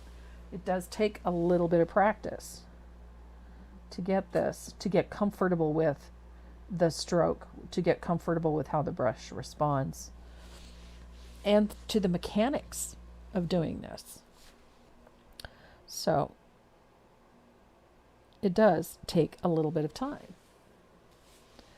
And I'm a big fan of lettering. I love lettering. I love it in design work. I love the written word. I'm a fan. I adore books. So we have all of our bases in for this lettering. So we have to do a couple of things. We're going to lift this lettering and this lettering off of that surface just a little bit. Just want to give it a little bit of elevation, and also to give it a little contrast. So I'm going to put my 1/4 inch angle to use, and I'm going to grab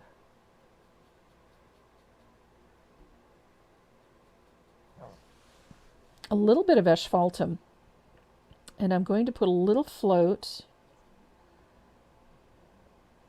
inside this lettering and to the right. I want it on the right. Our highlight is coming from the center left, so I want this shadow, and it's just a tiny little float. like so. And it helps elevate that lettering just a little, brings it off of the surface and lifts it up just a little bit so that it stands out just a little bit better. So it doesn't have to be a perfect float. It can almost be just a simple little line, but it's just to the left and it's enough to lift that lettering off that surface, just a little. And I'm going to do the same thing to the lettering that is overlapping that picture.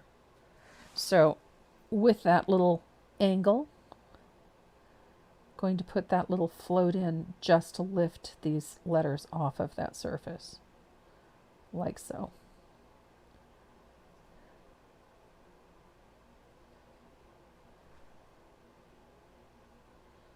Just like that. Doesn't have to be perfect by any stretch of the imagination, but it's enough just to lift it. And it doesn't drastically change the picture in the back either. So we're going to add a shadow to the bottom of this lettering.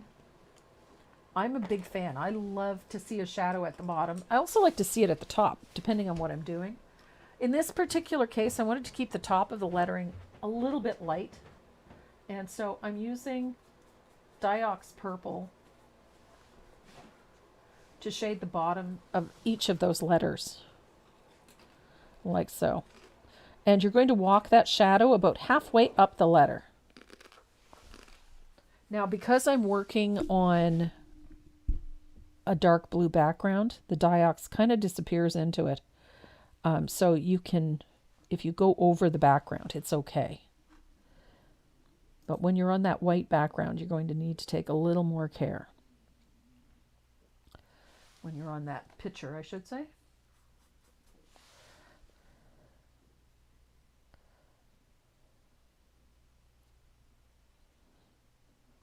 Nice little float. And then I walk it up. So a little bit of purple at the base, little float in there, and then I just sort of walk that float up. So I'm about halfway up the letter. It just gives the letter a little more dimension. And it finishes the lettering nicely.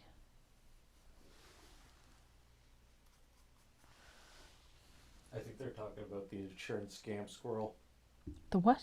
The insurance scam squirrel. Okay. One playing with the broomstick. No. And it falls down and he gets underneath the broomstick and pretends to be dead. Oh. Called the insurance scam squirrel. Okay. No, I haven't seen it, so. I think that's what they're talking about. So we've got nice little float across the bottom of the lettering with that Diox Purple. It just deepens that lavender really nicely.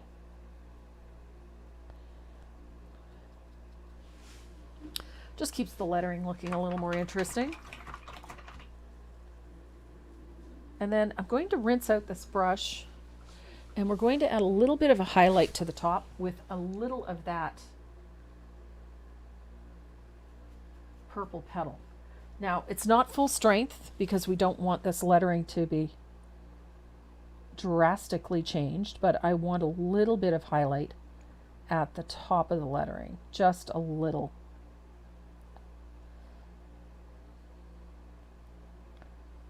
So, heavily thinned purple petal, just a little highlight at the top of the letter. It just gives the lettering a softness. There's little highlight, just warms things up. And it also helps define the lettering so that it stands up nicely. So when you look at this, it stands up off that surface nicely. We have a nice little contrast and it gives the lettering nice depth.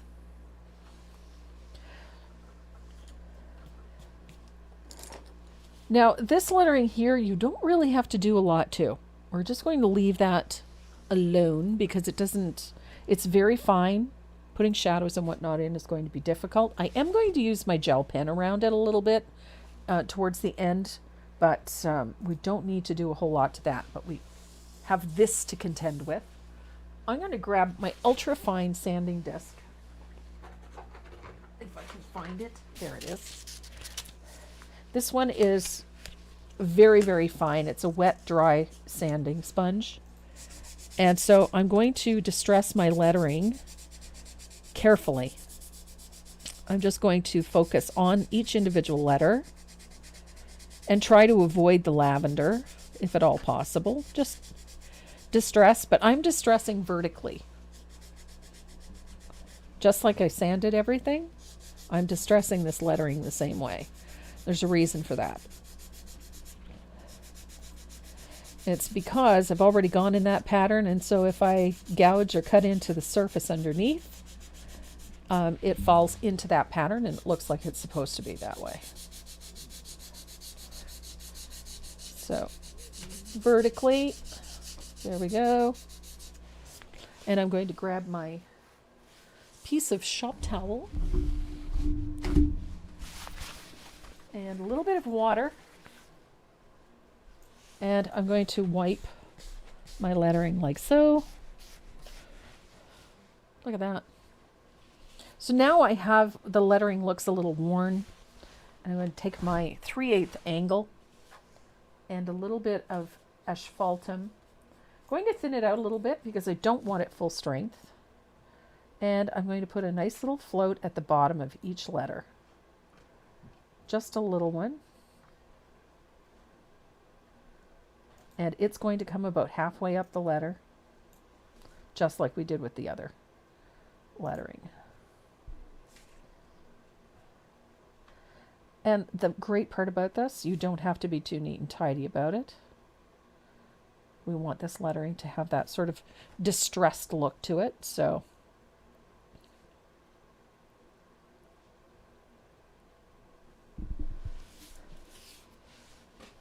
Gee, that wheel.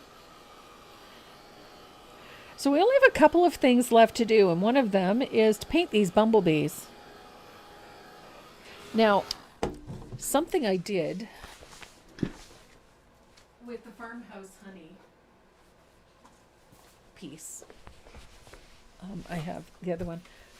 I did paint the bee on the farmhouse honey, which really appealed to me, but then I got kind of carried away and I used those little dimensional bees, the little laser cut ones, and I had to put one of those in because I'm in love with these little bees. They're just so much fun to add a little dimension to things. So you could go either way. So if you want to paint these in, you absolutely can. We're going to paint that one. They're painted the same way. But if you want to give it a little dimension and just have a little fun with it, don't be afraid to grab onto one of those little dimensional bees because they're a hoot to put onto things. So I'm going to grab a little bit of saffron yellow and or sunny day, sorry. And of course I gotta have my orange flame. It's my favorite orange. I've got a little bit of saffron yellow too because I love that one. And the bees I base coated with warm white. I base coated the wings and I base coated the body with a little bit of warm white. And I'm going to grab my round brush. And I'm going to put a coat of Sunny Day on that fuzzy butt. We're going to paint some fuzzy butt bumblebees because I love fuzzy butt bumblebees. So a little bit Sunny Day. And I'm going to paint the body of the bumblebee with a little bit of lamp black. And it's just these two little spaces up here that are lamp black. These little guys actually paint up really quick. They're not hard to paint.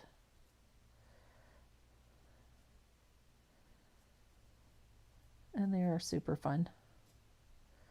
I love little bumblebees. And the bees are having a field day with my lavender and with my columbine out front. It's about the only thing blooming right now, so I'm going to dry this really quick. And then we're going to shade one side of the bees with a little bit of that orange flame. which is my favorite orange. Love this color. I don't need much. I'm just going to put a drop on my palette.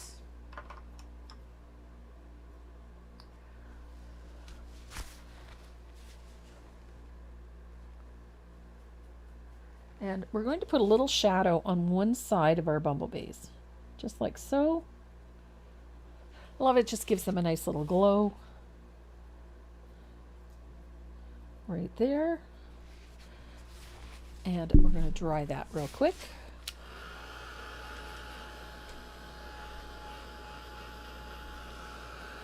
And these guys really pop really nicely when you use that. Now, if you really want to make that orange really vibrant, take a little bit of saffron yellow and float right over top of that orange and that sunny day, and it just gives it such a great glow. You get that really nice vibrant yellow.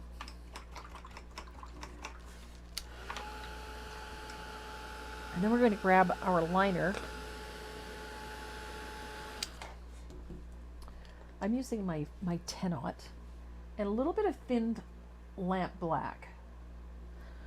We're going to make our fuzzy butt bumblebees. So just at the point down here, I like to put just a few little strokes of lamp black.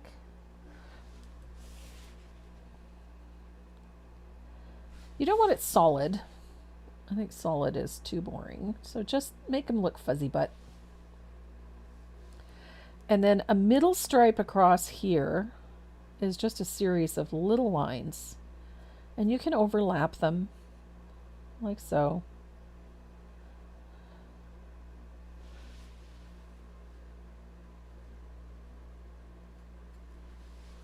And I'm going to do the same thing to this little guy over here.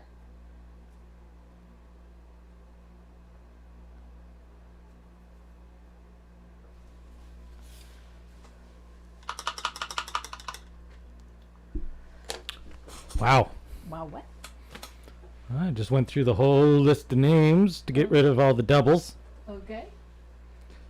There is currently 208 people on that wheel. Wow. 208. That's awesome. So we're going to add a little color to the wings of our bees. Going to be my favorite blue, Bahama blue. We need a little bit of Bahama blue. And I'm just putting a little bit of that close to the body at where the wings join. It's just a little tiny float. Nothing too over the top. About half the wing, let's say. And close to the body.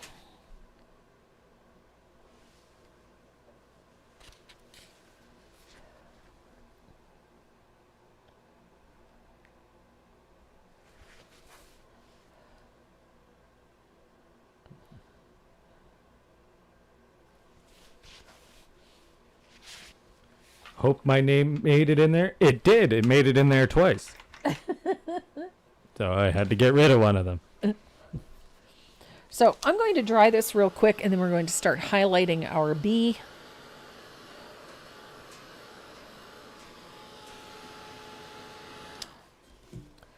So to highlight our bee, we're using a little bit of warm white. Yes, Patty, you can absolutely watch this video again and again and again and again and again. All you want. Yep. It will be up on the YouTube channel, and it'll also stay on the Tracy Morrow Live page. So. Yep. You can always find us again. Yep. So I'm putting just a little float of warm white on the body of the bee, like so, and a little bit on his head.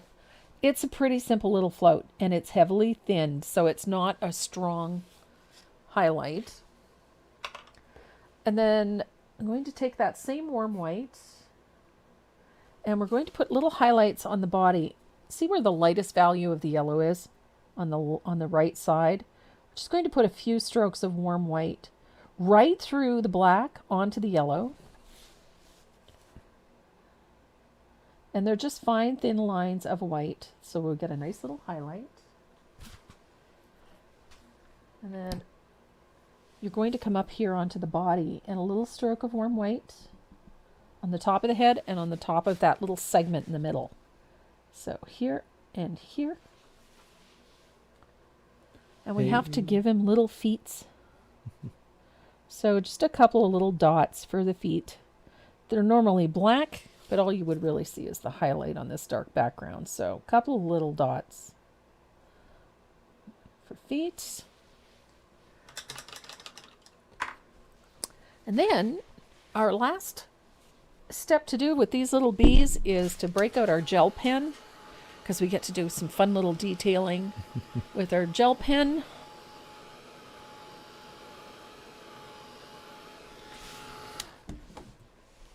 So not only can you watch the video over again, but if there is another pattern on the website that you wish had a video to it, there probably is. Yeah. So you just go to the YouTube channel and you can watch them to your heart's content. Well, I was playing around with a few things because we had an anniversary of our first live last week, or this week actually. And so I just did some quick math, and over 300, and I forget the total number now off the top of my head, but it was like 328 or 338 patterns in the since we started doing the lives. Jeez. And 200 and some videos. It's pretty good. Yeah. Hey Renee, is Lynn still on the wheel? Lynn. Let's have a boo. Just Lynn. No last name. There's bound to be a Lynn or two in there. Yeah. So I'm going to clean up a few of these graphite lines before I start adding any gel pen to this lettering, because I like to let the gel pen dry really well, and I just messed up big time. I missed it, but Yes, ma'am, you're on there. there we go. I quite literally missed a spot on the lettering. There we go. So I just erased graphite lines on there. I don't like graphite lines. There we go. And on this word organic, I'm going to take my gel pen and I'm going to put just a tiny little line to the right side of the lettering, and just thin and only in a few places. I don't need a lot of it.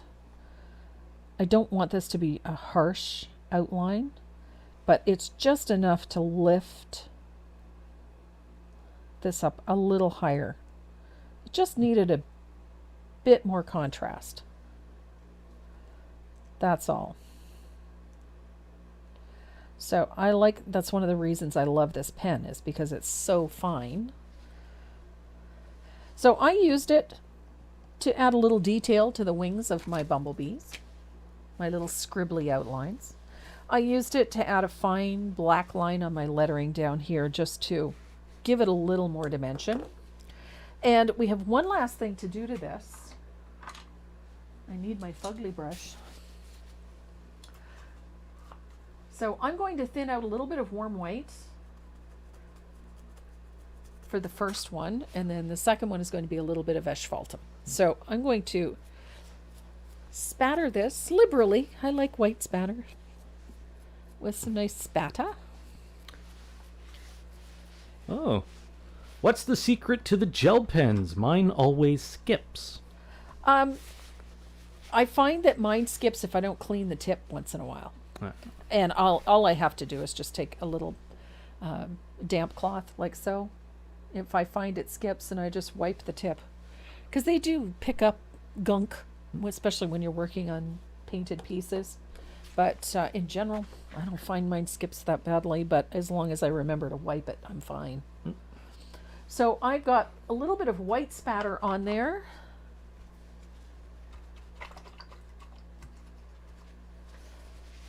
And I'm going to do it again with a little bit of thin asphaltum. Because you know I like my asphaltum. So a little bit of asphaltum. Just because I like my asphaltum. Well, there's a name I haven't seen. What's that? It's a YouTube channel Okay. called From Jerry's Kitchen. Oh. Yeah, we haven't discussed food yet. Yeah. Just popped in. They said hi to Sheila Landry. Oh, hi. So, Yum. hello. Hello. From Jerry's Kitchen. Okay. But what's cooking? What's for dinner? What's for dinner tonight? We're having pork tenderloin on the grill. Yum. That's if it doesn't pour rain. If it doesn't pour rain, then it'll be broiled. Still good. Still good, but yes, we're having pork tenderloin tonight. Yum. I like pork. Yeah. tenderloin. So I will more than likely antique this a bit more. I'm looking at it. It's a little bit, I would like a little more oomph in a few places, but I'll tweak that.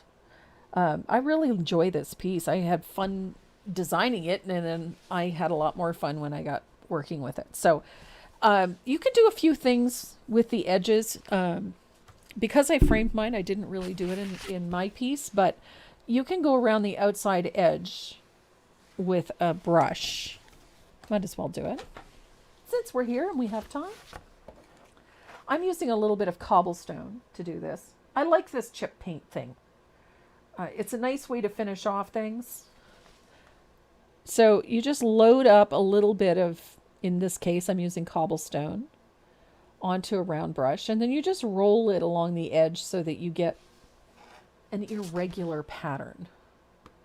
Like so. So push, roll. Hey, we're getting a bunch of names in here that I've never seen before. There's one called Stamps Too Much. No such thing. I love my stamps. Says, hello everyone, first time here, loving what I'm seeing. Well, I'm glad you're enjoying yourself. Welcome. We have a lot of fun in here. I use a lot of stamps. I use a lot of stencils. I have favorites. We all do. No. Specifically the stencils. I'm obsessed with stencils. I'm obsessed with stamps. Well, Lately, I'm obsessed with sunflowers. you should be obsessed with stencils. You have your own line of stencils. Yeah, well, that goes without saying. And I can never have too many. No. Your father would disagree, but I don't know. I pack most of them, so I know. there's a lot. Yeah. The M square line, we have over 80. I have 6 new ones sitting on the drawing board right now. Oof. For M square. And Sandy's got 2 or 3 that she's designed for the line. Awesome. So I'm excited about that. So that's over 80 right there. And then we have the Tracy Morrow ones that we have. Plus I've got a bunch of some generic stencils that we started carrying. So those are fun too. So let me show you. I am so in love with these 3. Just got these in. I forget the name of the company, but oh my God. These are really cool. They're a 5x7 stencil. They're really reasonably priced. They're beautifully designed. The quality of the material is quite nice, so I've been rather impressed with that. I really like this pattern. It's kind of this swirly, weird look, but I fell in love with this, so don't be surprised if something comes up with this one, with this daisy one. I love this. We have these in a lace pattern. We have them in a really cool sort of cube type design, but this one is so pretty. I love this one. And I don't think these ones are going to stay on the site very long because they are absolutely beautiful. So yeah, we got a bunch of new ones in. And then links for the stencils are down in the description. yeah, Go to tracymurrow.net or sandymcteer.designs.com. yeah. Yeah. Links are in the carries description. all so of the you M can- square as well. So I think one of the smartest things I've ever done as far as design work was concerned was working with Sandy. She's been so much fun to work with. Cindy Braden. Renee, sounds like I might need that $50 back. I have stencils to buy. Just kidding. I start a separate stencil fund. So we're I mean, I kid you not, I thought I was fully stocked on everything, and I was. But then I was designing. Yeah. So now I've got new surfaces coming. So I have new tags coming. I got the bee skeps in. Those are really cute. We got hundreds of those. And we get the trout. All the trouts are in. We've got oodles of stuff in right now. Woo! So, okay. So my paint is now dry, and it's sort of created this irregular edge around the outside edge, which I really love. And then I like to highlight it. Now you could do this with a brush just as easily, but I like using my white gel pen. And I go around the edge of that chipped finish that I just created and just put a highlight on it.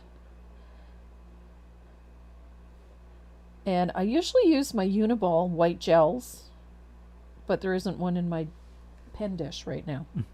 So I just grabbed the first one I could find, which is this one. This one is an Arteza. I am developing quite a fondness for Arteza. It's quite a big company, from what I understand. Well, I think because it was not one that you normally hear of here in North America, I think people assumed that it was perhaps a lower quality. I know I did at first. I thought it was a made in China type thing, but it's actually a British company. And I've purchased a few items from Amazon, and I actually really like some of their products. I think they're more geared towards illustrators. They're geared toward, yes, very Yeah. much so, but they actually make a really beautiful product line. And I've been very, very impressed with their colored pencils, actually. And of course, do you stock that pen? I do have the Uniball Signos, yes, Or which is my favorite. I don't stock the Arteza. Amazon? Amazon has the Arteza, but I do love my Uniball. They're right behind you, actually, babe. You get a few. Can you pass me one? Oh. Please? That's what you were asking. Yeah, because I don't have one in my dish. Arteza. Oh, there should be. The other ones are in there. Uniball. Uniball. So this is the one I generally use, and for a couple of reasons. This one is a Japanese-made pen. The quality is exceptional. The ball is a stainless steel. It's very fine, and I love the opaque white paint. It's a Sakura ink that's in here, so it is very opaque and very white, and they're just fantastic. So and the same with the Uniball Signos in the black. I love this one. Again, Sakura ink stainless steel ball, but I use the black one because of that ultra fine point. It's a 0.38, so it's an ultra fine. So that one, and I use the red one again because of that fine point for tracing my designs onto my surface, because I get a much finer line. I don't have to contend with that thick, heavy graphite line. And so that's my reason for using those. Everything I use, I have a purpose for. So I really like this sort of white outline, this little highlight on the edge of that chipped surface. Just gives everything a nice pop. And like I said, I like that. I like my Uniball, but I also really like this one, this Arteza. The Arteza white gel pens. These ones come in a box of 12 and you get in multiple sizes, but they do not get to the small size of these. So if you are looking for them, we have all of these on the website, the Uniball Signos on the website, the Arteza pens you can find on Amazon. That's the extent of my close-up. That's the extent of the close-up. So there you go. Like I said, I might antique this a little bit more. I love my aged look. But that is Farmhouse Lavender. Yes. Love it. So much fun. And that button. Yeah. Oh, yeah, I got to get the wheel ready. Yeah, that would be good. I'm trying. That is the wrong window. Let's get rid of that. That's the right window. So next Saturday, we're going to be painting Plant Sunshine, which I absolutely love these pieces. There's the wheel. There's our Plant Sunshine. Love it. Yeah. All right. Ooh. Yes, you're almost out of sticky notes. I have one. If you've got 3, you're good. I've got 2. You've got 2. I'll write it directly on the package. Going to have to. Hey, I got a bunch of shirts. And then hopefully they send us their shipping information. Hopefully. Yeah.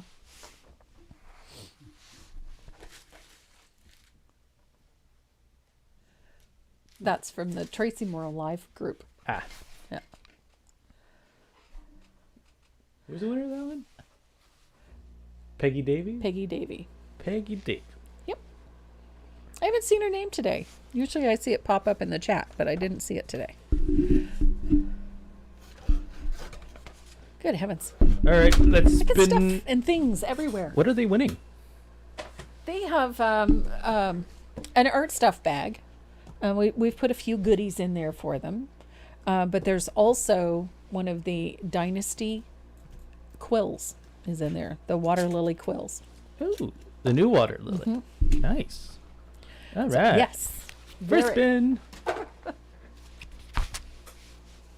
Open pan roasted garlic potatoes with asparagus and sausage for dinner. Sounds delicious. It does. And our first winner is Brenda Sawyer. Right on. Miss Brenda, I do believe we have Brenda's shipping information. She's probably bought something on the website. There we go. She gets a water lily brush and a bunch of goodies. Number 1. Next one. If I can just click a button. There we go. Spinning for number 2.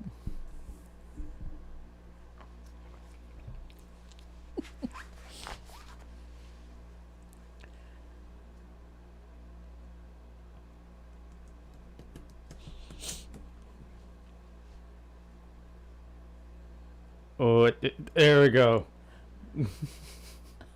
Don Schaschinger? I can't see it from here. Schaschinger?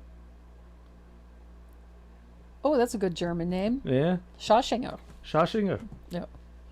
Don. Schaschinger. H-A-C-H-I-N-G-E-R.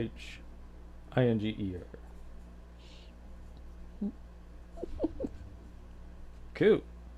You get one too. Now there's a happy face on the back of this one. I put happy faces on everything. I'm running out of those welcome stickers on the back. I ran out of those, so now I've got a huge roll of happy face stickers. Okay, last one. Wish everybody luck. It's a good German name. Schaschinger. Schaschinger.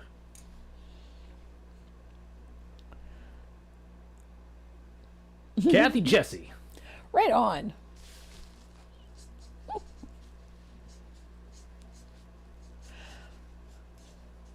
So, ladies, if you are not already, I don't think you, if you're, well, my brain's not functioning today. Hello. Skipping a beat. Shifting gears. I'm going to shift gears because I'm, stuck in neutral there for a second. Go to the website to the little speech bubble on the homepage, and it's in the lower right-hand corner. Click on that and send us your shipping information so that we can get your goodies out to you as soon as possible. Otherwise, I got to spend 45 minutes or an hour searching through the server trying to find you. So it's just easier if you do that. And if we don't have your shipping information, we can't ship it to you, and we hang on to those for 2 weeks before they go back into the bin. So don't forget to send us your shipping information if you want your goodies. As for the dibs that seem to have gone missing, please send me an email. Let me know either what piece you were expecting to get in the mail, or which I know that this is part of the members because we don't do dibs on during the lives. So it is part of the membership group. So let me know which month or which piece you were supposed to get. And then we will make sure that you are taken care of. But all of those pieces have since shipped, so you should have them by now. Especially from April, we know that those are all gone. So please let me know so that we can make sure that you get what you were supposed to get. And the same when it comes to orders. If you are waiting for an order and it hasn't come, it can take a while for things to get where they need to go. We're noticing that sometimes they're there in 7 days, and other times they'll take up to 3 weeks.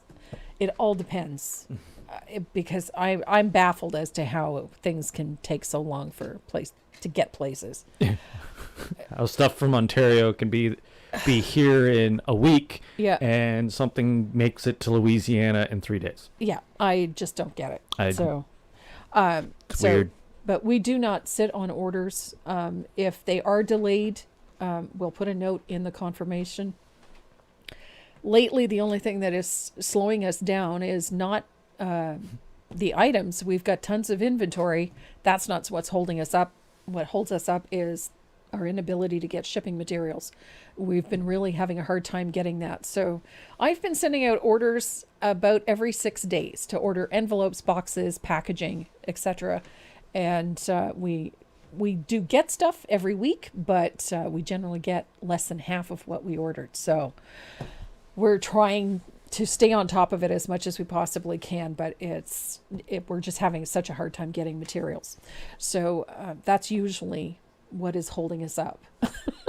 So right now, I have lots of big packaging, but not enough for the smaller packaging. So we're waiting on hard side envelopes and bubble mailers. Hopefully they'll all be here Monday, because that's driving me crazy, is waiting for those things. Aside from that, we are well stocked on everything, and I have more stuff coming this week. We have the tags for this one. We will have kits available. The tags for this one will be here this week. However, that's for mainly for my Canadian customers, because it is hard to get these surfaces affordably from the US. These are available from Cupboard Distributing. They have these fabulous, they are a 4x12 tag. They call them the slender tag, a tall slender tag. So if you're looking for them, Chris Hoy at cdwood.com has these tags. It's a fabulous surface, and what I love about it is that because it is 1/8, it will fit in a slot stand, it'll fit in a picture stand, or you can tie them with some fun little ribbon. There's all kinds of ways you can display these. I think they're really cute. They'll look really great in a summertime wreath on your front door, or you can hang them in pairs and whatnot. They're just a fun surface. And we're going to have the kit available with the little bees. So keep your eyes peeled for that. And then probably in another week or so, we're going to be doing some other fun stuff. So keep watch on the website. We've got oodles of new patterns coming up, oodles of free printables. We just posted a new one this week, so go and check that out in the free printables section on the website. We did make the 6,000 mark on our YouTube channel. We're so happy about that. It just opens up more opportunities for us to be able to do more with the YouTube channel, and perhaps add a bit more for you guys. So we're excited about that. So if you are not subscribed to our YouTube channel, please hit the big red subscribe button and turn on your bell notifications so that you get notified whenever we post new video or when we go live. And if you are not a member of the Tracy Morrow Live Facebook group, go and check us out. It's Tracy Morrow Live Group is the name of it. Go and check us out. Hit the join button and answer a couple of the questions that are on there. And I try to get to it every 24 hours and approve people or not, because I've had a few that I wouldn't. Mainly because their profiles looked a little sketchy. So, but we're just trying to keep the group as clean and free of all of the drama as we possibly can. So the questions are pretty simple. So don't worry too much about that. What's next week? What's that? What are you painting next week? We're painting plant sunshine. Ah, Sunflowers. sunflowers. I love sunflowers. Pet your horse. Pet Not your there horse. yet. No, we'll be lucky if we can get them within 100 yards of a horse. I could be within 100 yards of a horse. Yeah? Yeah. You just 25 yards. 25 yards, okay. Now, anything closer There is than a that, limit, right? There is a limit. They are big animals. Big, scary They deserve their animals. space. Yes, they do deserve their space, but they're not that scary. Horses are wonderful. Scare the crap out of me. Oh, they're fabulous. It's because they're a big animal. Yeah. They're gentle giants, though. And yet I've been in a pen with wolves, coyotes, stuff that would eat me. Yeah. But you're scared of horses. But I'm scared of horses. I love horses. Don't I have a love problem with horses. cows. Oh, I love horses. I love cows. Cows are fabulous. Cows are gentle giants. I love They're cows. awesome. Yeah. I like them. You can pet them all day. And goats are a hoot. Goats are pretty cool. Yeah. And sheep. Sheep are fluffy. Sheep are lovely. They're very sweet animals. But for some reason, horses scare the crap out of me. Horses are just the best animals. I love horses. And they're not as scary once you get used to them. I've pet a bear. Yeah. I've pet all sorts of things. I've pet a porcupine. Yeah. That was... Just I know don't you- go the other way. Just don't go against the grain. Yeah. All right, guys, that's it for us today. Thanks so much for joining us as you do every Saturday. We do appreciate it. And we love painting with you guys. So, and in reference to the Glitter Lights and Ornament Fund, you guys have been incredibly generous, and we really do appreciate that you're participating in this madness. It's going to be a lot of fun. And we are very grateful. And I know that our local SPCA chapter is as well. So thank you so much for your generosity in participating in this lunacy. So we will see you next Saturday. Be prepared to paint some sunflowers and have a great weekend. We love you, and please stay safe. Pet your dog. He beat me to it. Yeah, I did.